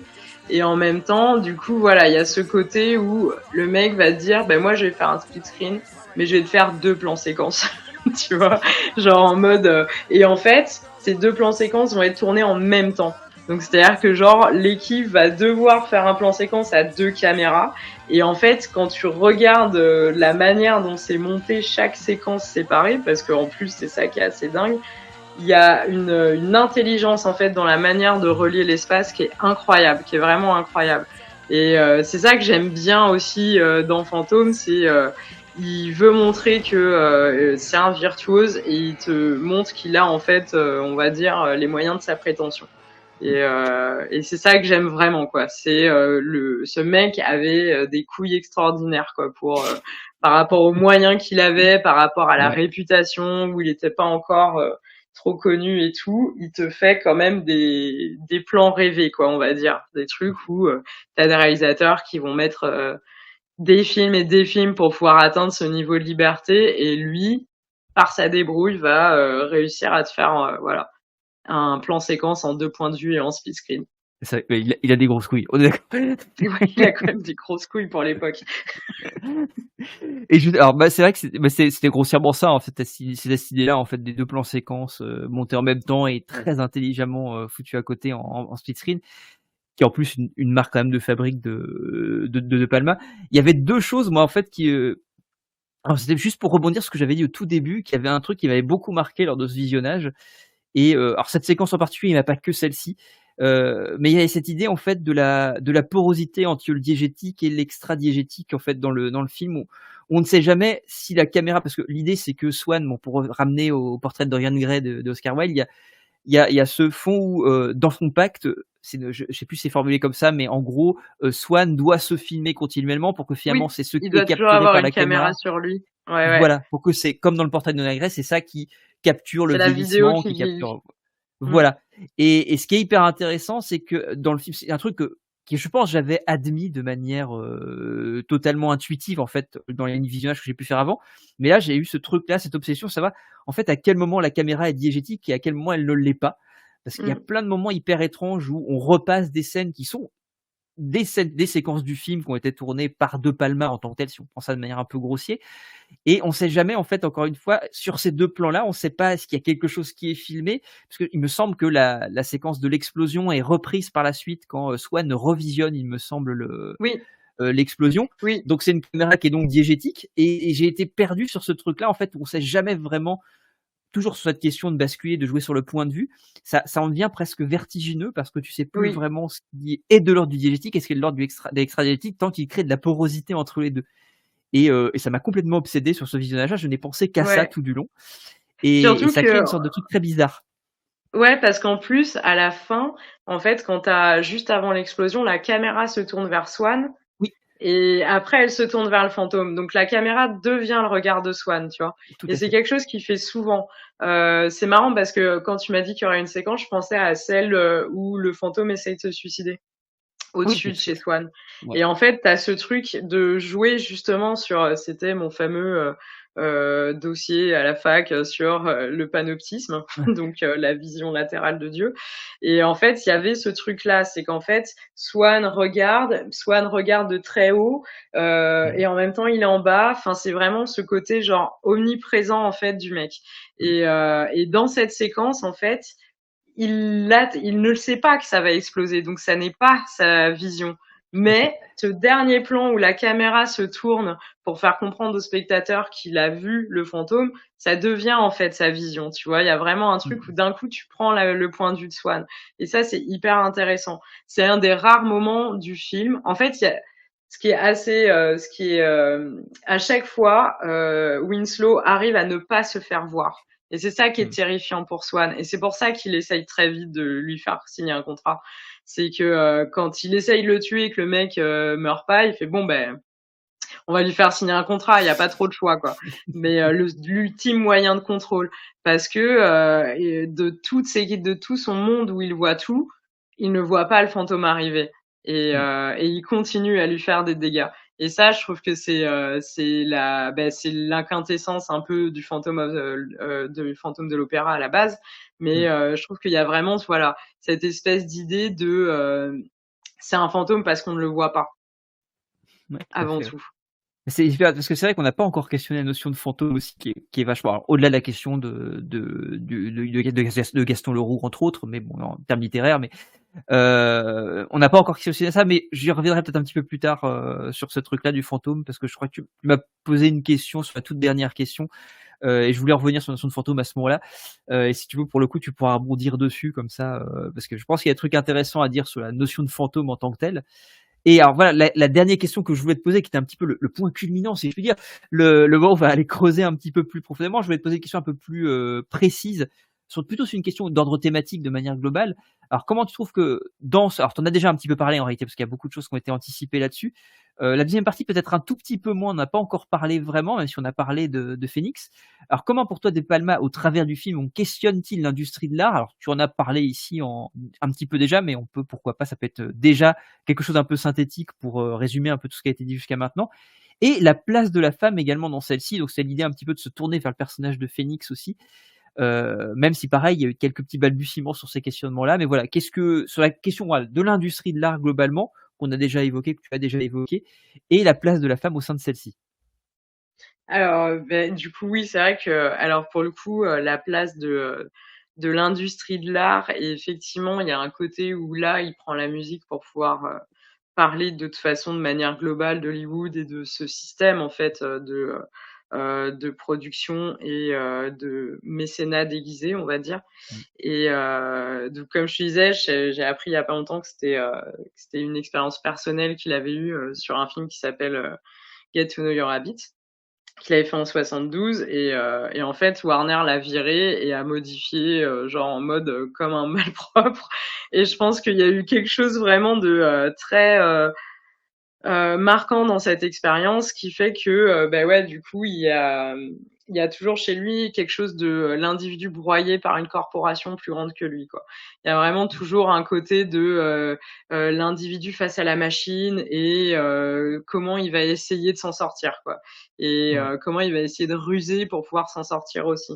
Donc c'est vrai que, c'est assez la musique aussi, ça permettait d'avoir, ce côté, 70s parce que, je pense que c'est vraiment une décennie qui a été, comme je te disais, marquée par plusieurs courants et l'explosion de plusieurs courants. Donc du coup, il y avait, ou du moins la solidification de plusieurs courants. Ce qui fait qu'en fait, il y a, une omniprésence, je pense, dans la culture de 74 qui fait que, il devait probablement baigner dedans et avoir besoin de parler de la musique aussi d'une certaine manière. Et je pense aussi que, ça lui permettait de refléter ce côté, comme on disait, classique, musical à la Mmh, ouais. Minnelli et d'avoir un truc, qui, de l'ordre du spectacle, cinématographique au sens strict. Mais, c'est vrai qu'après, en dehors de ça, pour la place de la femme, je trouve que c'est toujours chez De Palma, c'est compliqué, enfin, c'est compliqué. Je dirais qu'en fait, ce que je trouve assez intéressant, c'est que, c'est un film à rapprocher de Carrie, Mmh. justement parce que, il nous expose une innocence, une pureté en fait, d'une jeune fille qui va être confrontée, enfin d'une jeune femme qui va être confrontée à des forces surnaturelles, quelque chose qui la dépasse en fait. Mmh. Et de la même manière que d'un côté il va avoir cette énorme corporation, qui va broyer, là chez la femme ça va être cette espèce de puissance invisible qui, de toute façon, arme contre elle et qu'elle va ou avec elle d'ailleurs en l'occurrence de Phénix, mais qu'elle va devoir en tout cas, soit outrepasser, soit embrasser, tu vois? Comme, ça peut être le cas de Carrie, par exemple. Donc je trouve que c'est assez intéressant, mais en soi, je trouve qu'il a ce côté un peu comme Hitchcock, justement, comme tu disais, tu vois? De, objectiviser, tu vois? Enfin, faut que tout de suite que, Phénix, il faut qu'elle soit sur, un piédestal Mmh. absolu, faut que, il y ait cette pureté et en fait, du moment où elle essaye de dériver de cette image de femme pure, ça Winslow se sent obligé tout de suite de, essayer de «la réveiller» entre guillemets. Mmh. Il y a un côté victime qui est, très présent chez Phénix, quoi. Il y a vraiment ce côté parce qu'au final, en vrai, du film, il y a qu'elle. C'est vrai que, les autres sont absolument secondaires, il y a pas d'autres femmes, quoi. C'est vraiment, Mmh. elle incarne tous les enjeux aussi. Il y a vraiment, ce côté de «femme trophée» entre guillemets, comme tu peux Mmh. retrouver, dans les Hitchcock ou dans cette espèce d'imagerie de la femme qui doit être sauvée Mmh. et C'est c'est une femme vrai en que c'est détresse, hein. voilà, elle a un côté demoiselle en détresse et en ça, c'est vrai qu'avec le regard de maintenant, je trouve que c'est un manquement, tu vois? Genre Mmh. après, je pense que c'était pas quelque chose qui était, sciemment, en fait, ancré dans sa tête non plus. Il y a un discours sur la manière dont Hollywood broie les femmes, sur la manière dont Mmh. l'industrie prend des starlettes, les viole et les modifie. Tu vois? Il y a vraiment ce truc, il le montre vraiment, tu vois? Ce Mmh, ouais. cheminement, mais ça reste vraiment effleuré, en fait, par rapport au reste. C'est vrai que c'est pas une des thématiques les plus, «creusées» entre guillemets en film quand même. Effectivement, tu dis très bien, il y a une forme de dénonciation sur justement ces femmes effectivement broyées par le système. Mais je trouve que ça il y a quand même enfin je trouve que bizarrement, il y a quelque chose qui, peut-être parce que c'est Jessica Harper en fait, il y a quelque chose qu'elle exprime que je trouve qui est peut-être pas la volonté de Palma, ou qui est pas forcément théorisée de manière très précise par De Palma. Je trouve que elle, en tant que personne, dans ce qu'elle dégage, il y a une sorte de force, je trouve, de stature, qui va au-delà de ce qu'on peut en dire. J'arrive pas à mettre véritablement de mots Non, mais dessus, je vois mais ce je que tu trouve veux dire. qu'il C'est y a vrai qu'en quelque fait, tu as chose. toute cette partie avant qu'elle soit castée, avant qu'elle ait All Souls, quoi, avant qu'elle ait Oui. ce moment avec le public où d'un coup elle découvre en fait. Avant, il y a un côté où tout ce qu'elle veut, c'est chanter. Mm. Et en ça, ça fait une espèce d'icône de pureté. Et d'un coup, il y a cet appel d'appétence pour la fame entre guillemets, mais en tout cas, tu vois, quelque chose de la célébration où elle veut être adulée. Où là, Oui. d'un coup, on passe au-delà du stade de l'art, on est dans la star. Et Mm. il y a quelque chose de très judgmental en fait dans le film là-dessus, Oui. quoi. Il y a vraiment quelque chose de il faut pas fauter à vouloir être la star, sinon il va t'arriver ce qui va t'arriver. Donc elle est droguée par Swan, elle signe son contrat alors qu'elle est complètement défoncée. Enfin, il y a vraiment tout un panel d'abus qui sont mis en place à partir du moment où elle recherche cette célébrité plus que le truc parfait de l'art qui est censé suffire à lui-même. Et ça, c'est intéressant aussi. Il place aussi pourquoi est-ce que Phoenix n'est pas juste une interprète, une voix. Pourquoi est-ce qu'elle veut aussi être une star? Pourquoi est-ce que Winslow ne peut pas juste composer sa cantate et qu'il veut qu'elle soit écoutée? Oui. Et en fait, je trouve que c'est hyper intéressant la manière dont il va amener la place du public dans l'œuvre, et dans son rapport à l'auteur.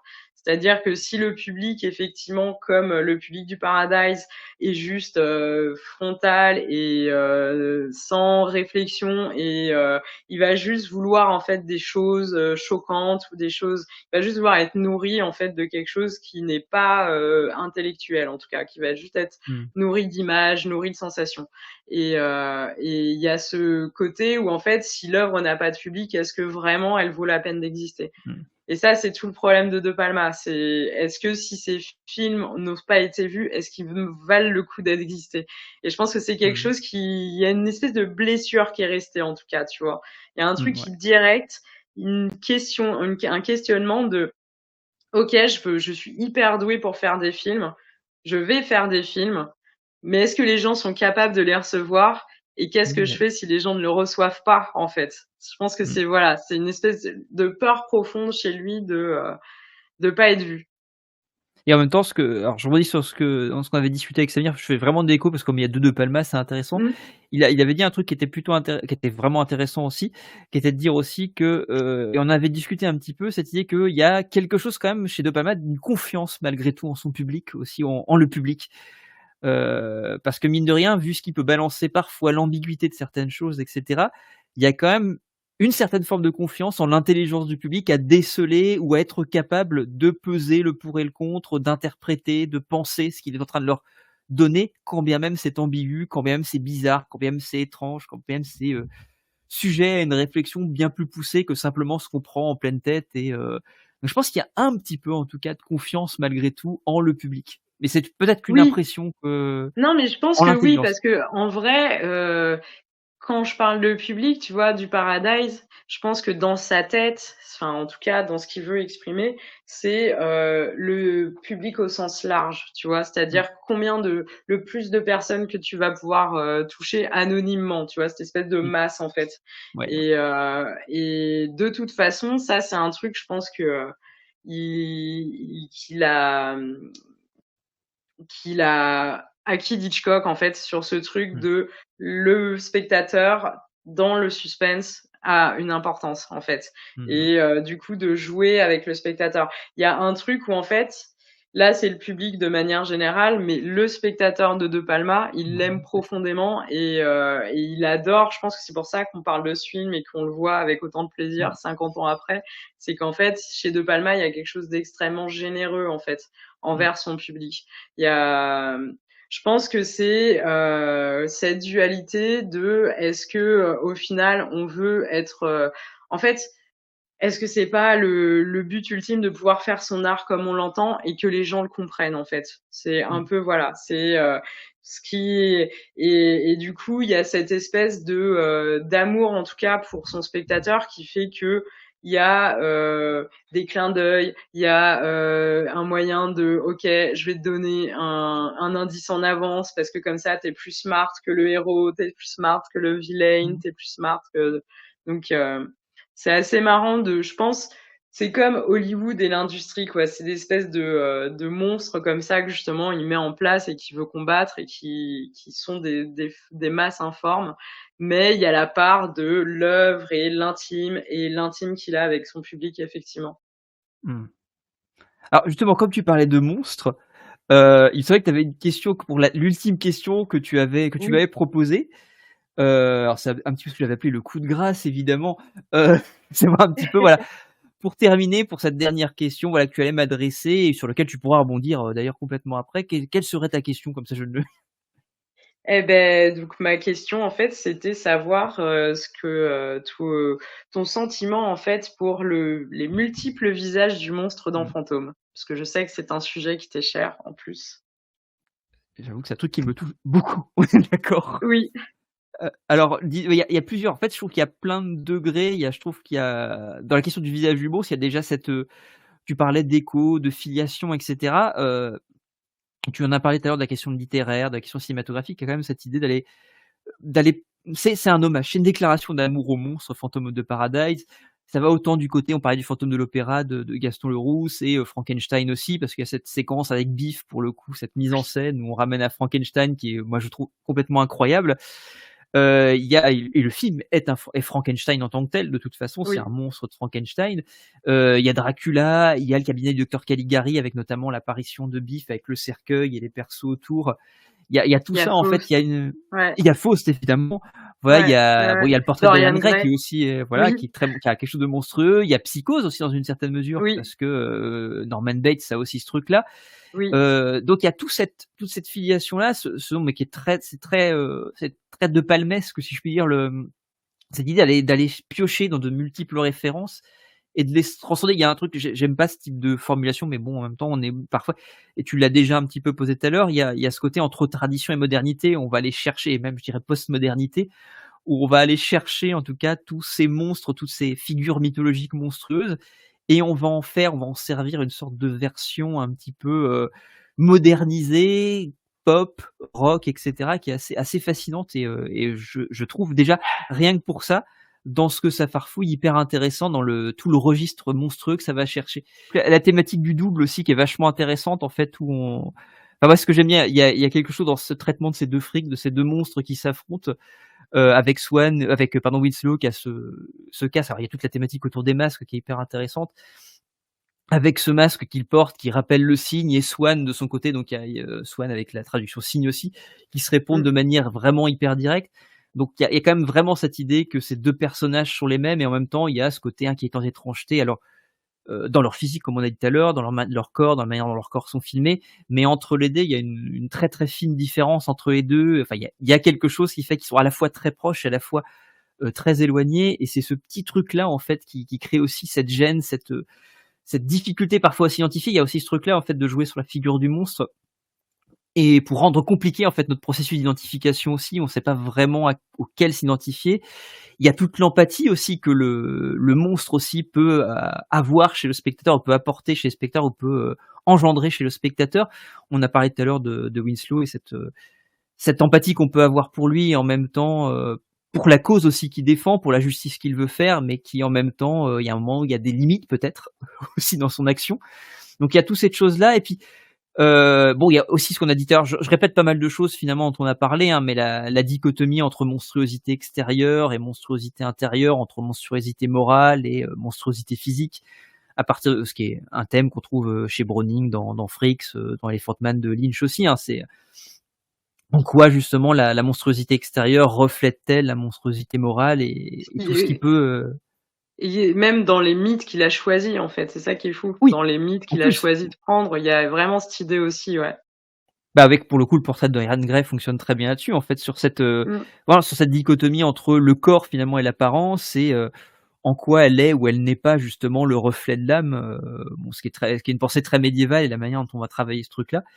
Et puis, la dernière chose, qui en lien avec ça, c'est la question du masque, en fait, avec la diversité, la profusion des masques qui, à la fois, cachent quelque chose, mais qui, une fois qu'ils sont portés, finalement, révèlent quelque chose de la personne tout en cachant quelque chose.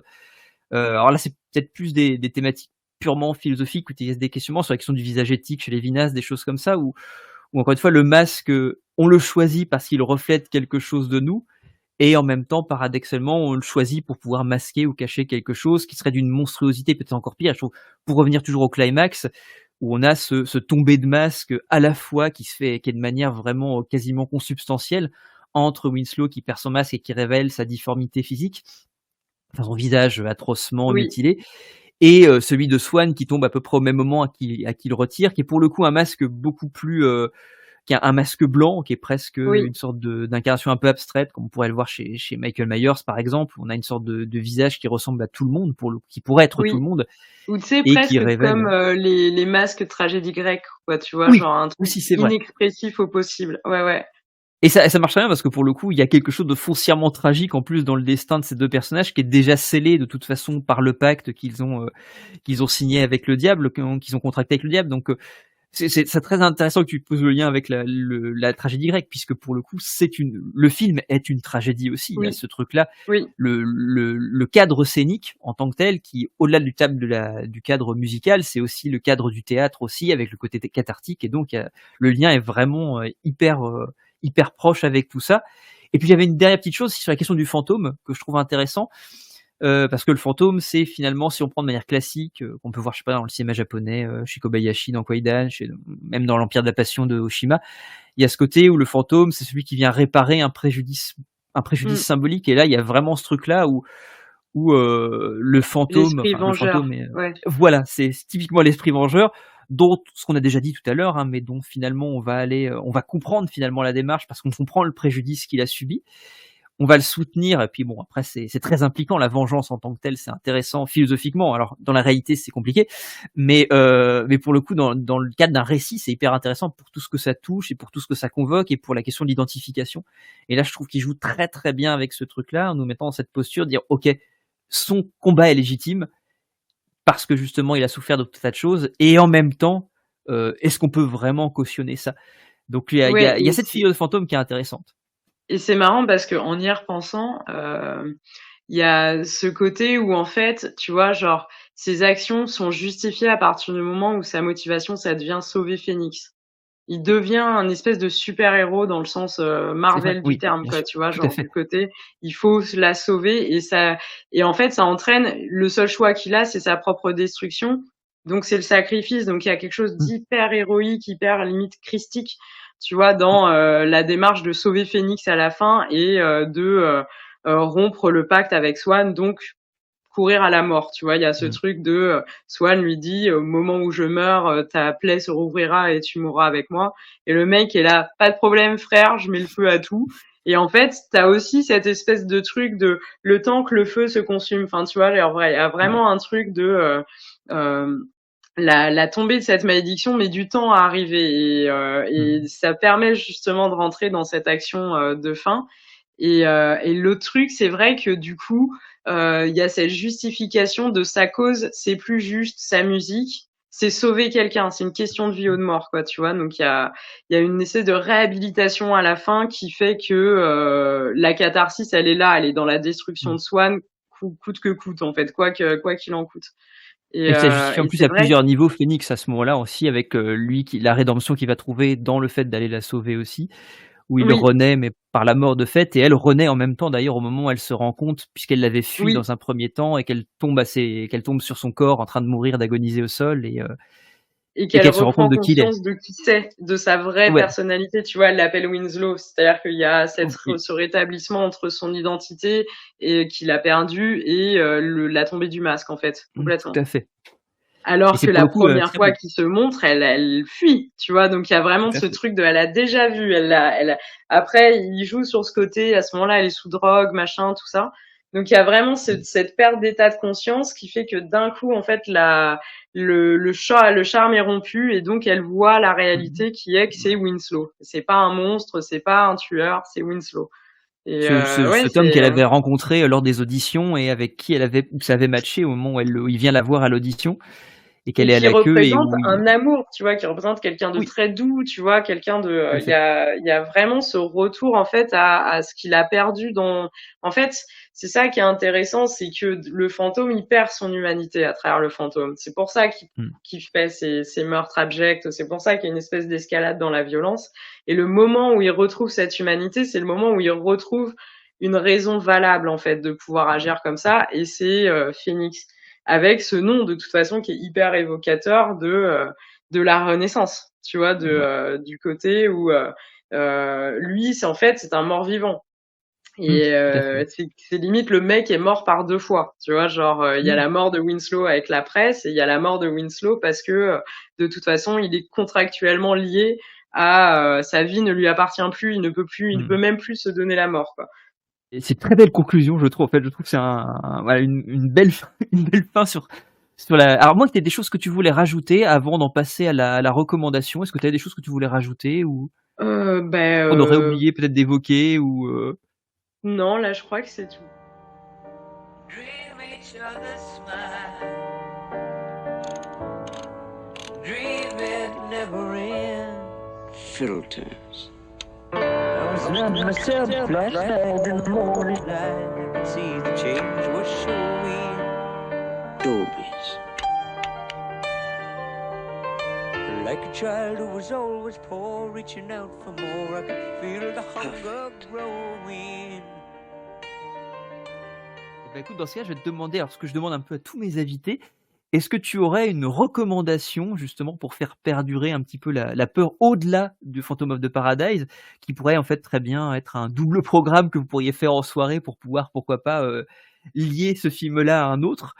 Alors c'est tout Heu, à fait ce que j'avais dans l'idée en plus, ah de bah, double programme et donc moi l'idée pareil de l'évidence, c'est Suspiria d'Argento. mmh, Déjà parce que, c'est Jessica Harper, qui est aussi l'actrice principale et parce que, je dirais que même si Suspiria a peut-être plus d'écho avec Carrie qu'avec Fantôme, mmh, il y a quand même quelque chose de, toujours ces forces surnaturelles invisibles que l'héroïne ne soupçonne pas, que le spectateur soupçonne ou a tu vois, un peu plus d'avance sur elle de ce que c'est, mais qui en fait, aux prises duquel elle est sans vraiment s'en rendre compte et dont elle va devoir s'échapper.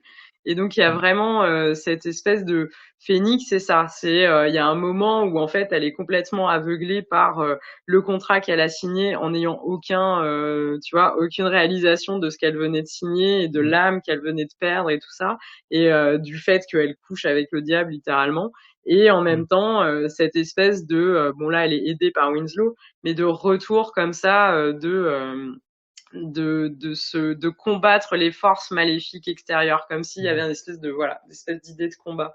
Et en plus, je trouve que Argento est assez proche à cette période de Palma mmh, dans leur approche justement de vouloir recréer un classicisme moderne, de vouloir créer des codes de genre qui soient quelque chose d'un peu qui dure en fait, quoi, tu vois, de mmh. marquer un peu une espèce d'écriture historique du genre et on retrouve, je trouve, assez de similarités dans justement cette espèce d'approche hitchcockienne ou de références comme ça Mmh, très c'est vrai.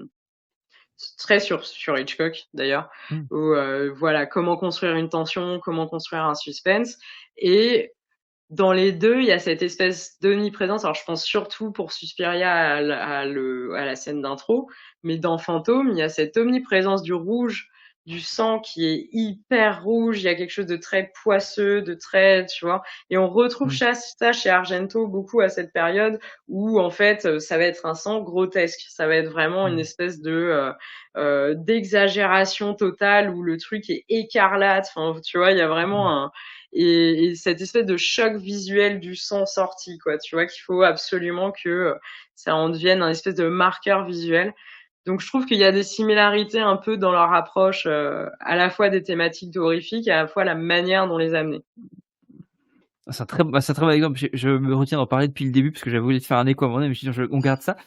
Mais c'est vrai effectivement et puis je pense qu'il y a le sang, tu parlais du sang, c'est quasiment un geste, pictural au sens vraiment peinture en fait quand ça gicle, c'est très Ouais, c'est ça. c'est superbe pour ça et effectivement bon il y a le lien avec Hitchcock qui est quand même très étroit continuellement en fait où il y a ce côté extrêmement fétiche, ce rapport très fétichiste à Hitchcock. Je trouve qu'effectivement le côté cuir aussi c'est un truc qu'on retrouve dans l'accoutrement du mine de rien du fantôme aussi. Donc tout Ouais. ça est quand même très bien. Puis cette question du jeu sur le point de vue continuel, ce qu'il peut y avoir dans les frissons de l'angoisse, on bascule souvent d'un point de vue à un autre, du point de vue du tueur au point de vue de David C'est vrai Hemmings que aussi. en termes de réalisation, je pense qu'il y a beaucoup d'échos, Mmh. effectivement, entre les frissons de l'angoisse et Fantôme. Bah, je trouve qu'il y a oui voilà mais puis, en termes même d'identité visuelle, je trouve que comme tu disais tout à l'heure, il y Mmh. a des choses qui sont quand même très proches.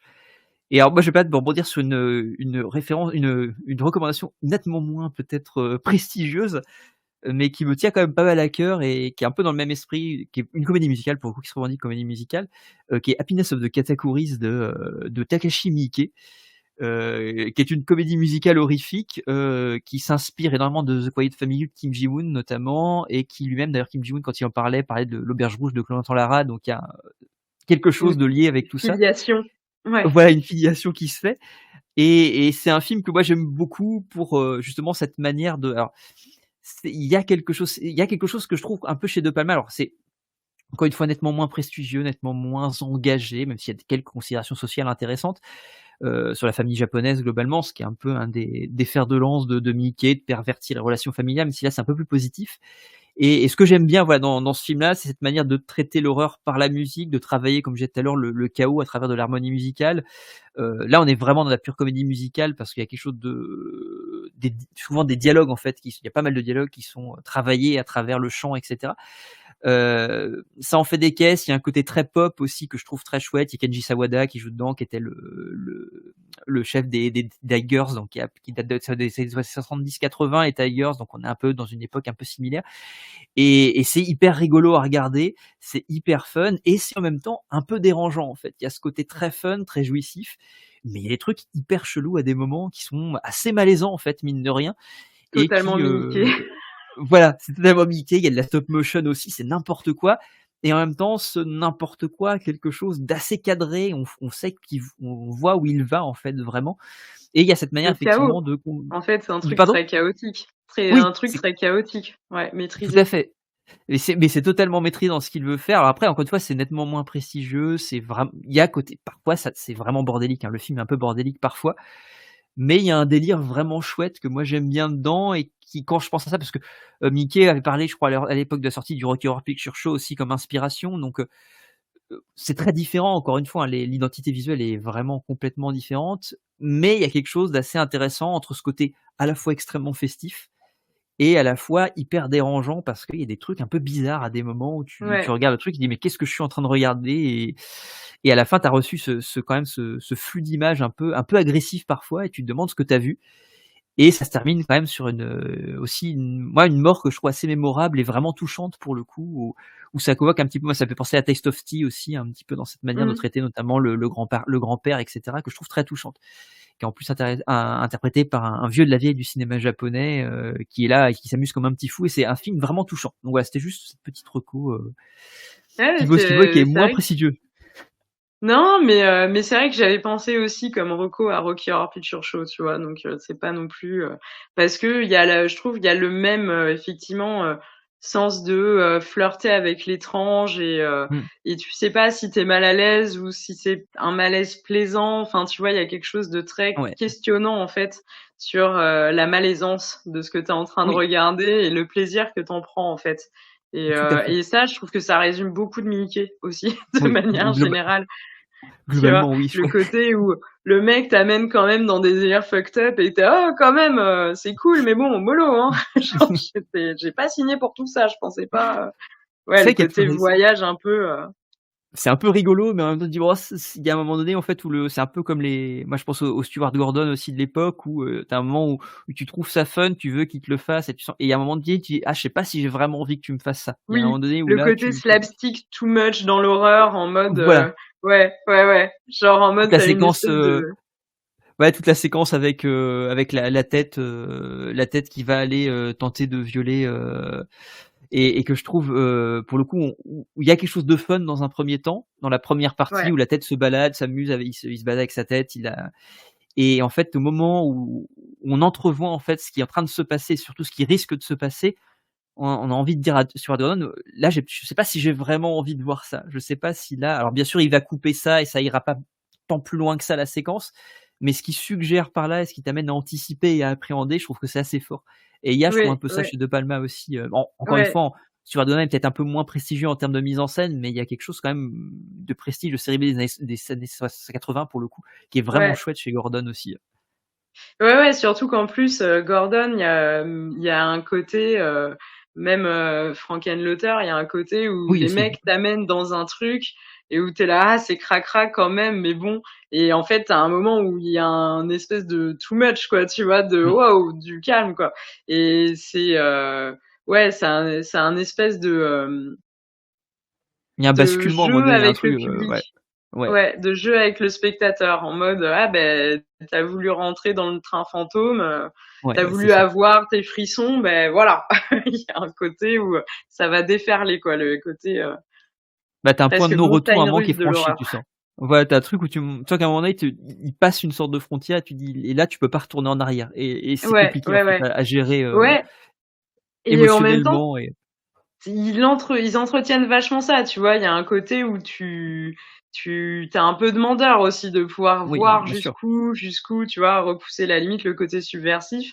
Et un peu comme Orange Mécanique, où à un moment où t'es là, Oui, wow, genre way too much pour mes yeux. Attention, je ne suis qu'un spectateur, tu vois. Et je trouve que c'est ça aussi les films, tu vois, qui, ce qu'on disait doudou pour Fantôme, mmh, mais t'as des films en fait qui quand même te protègent, tu vois. Genre il y a un ouais, truc où ça reste, c'est du chaos maîtrisé. Ne vous inquiétez pas, il y a quand même un truc où voilà, vous allez enjoy the ride. Et c'est vrai que ouais, il y a beaucoup de films que je déteste parce que justement, je trouve qu'ils sont très in the face et très, j'impose visuellement et psychologiquement des choses au spectateur sans lui laisser vraiment de part de merveilleux entre mmh, guillemets quoi. Et tu vois, et je tout à trouve fait. que Fantôme, il y a vraiment ce truc où même Stuart Gordon, tu vois, il y a un truc très vous êtes venu pour du gore, bon bah allez, on va, tu vois, ou Branded, quoi, tu vois, genre en Oui, mode, bah, ah, ouais, vous voulez du gore? Ben, on va y aller, mais alors, à 200% sur l'autoroute, du gore. c'est l'autoroute du bonheur à ce moment. Ouais. En tout cas, voilà, je vais te remercier énormément, encore une fois, d'avoir participé, d'avoir accepté de participer et d'avoir, pris autant de temps, mine de rien, à préparer parce que, les auditeurs, voilà, je le redis, mais tu as pris toutes les questions, tu as pris le conducteur et tu as rédigé un truc à chaque fois. Donc, voilà, en termes de devoir, c'est un 20 sur 20, on va dire, en termes de si je prends Merci, mon monsieur côté le professeur. professeur. C'est ça. Et merci, voilà, d'avoir pris le temps d'en parler, voilà, de t'être confié sur le film et puis d'avoir proposé ce film-là parce que c'est quand même vachement intéressant de pouvoir en parler. Et puis, encore une fois, ce que j'aime bien, c'est les 2 émissions qui s'accolent et d'un côté, on a, De Palma, traité par une autre personne et par une autre subjectivité. Je trouve ça vraiment intéressant. Donc, voilà, un grand, grand merci à toi, d'avoir participé. Ben, merci à toi de l'invitation, surtout. Mais ce fut un plaisir. Et puis, bah, c'était l'occasion pour le coup, comme on disait, de pouvoir se rencontrer et d'échanger, mine de rien, alors qu'on avait, jusqu'alors fait par chronique interposée, on va dire, ou critique interposée sur Cellulo. Ouais. Donc, bah, où est-ce qu'on peut peut-être te retrouver vite fait pour, conclure ou, si les gens Bah veulent te alors, suivre? Parce du coup, ça va être plutôt sous le prisme de la marque de bijoux qui s'appelle Martha Noir. Et pour l'instant, je suis sur Instagram. Donc, OK. Martha Noir Bijoux. Ah bah, mais c'est parfait. Comme ça, abonnez-vous en masse, suivez en masse, pour, l'arrivée quand c'est d'ici quelques temps que ça va, pour le coup, Voilà, là, il y a ouais, la s'ouvrir. première collection qui se prépare et du coup, d'ici la fin d'année pour sûr, ça sera lancé. Eh bah, écoute, le rendez-vous est pris. Et puis, bah, peut-être qu'à l'occasion, tu reviens peut-être que tu reviendras sur la chaîne, ce serait cool, ça me ferait, Ah mais grand avec plaisir en tout cas plaisir, si carrément, ah ouais, bon, bah, 2e rendez-vous pris, c'est parfait. ça marche. Bah, écoute, un grand merci à toi encore. Merci à tous de nous écouter, de prendre le temps d'écouter. N'hésitez pas à commenter, à partager, faites-vous plaisir bien sûr, comme ils disent sur YouTube ou autre. Parce que je ne suis qu'un youtubeur débutant, vidéaste débutant et encore plus podcasteur débutant, donc voilà, je balance des trucs comme ça. Merci à tous et puis passez une très bonne soirée et puis merci encore Marianka pour avoir pris ce temps. Merci à toi. Salut.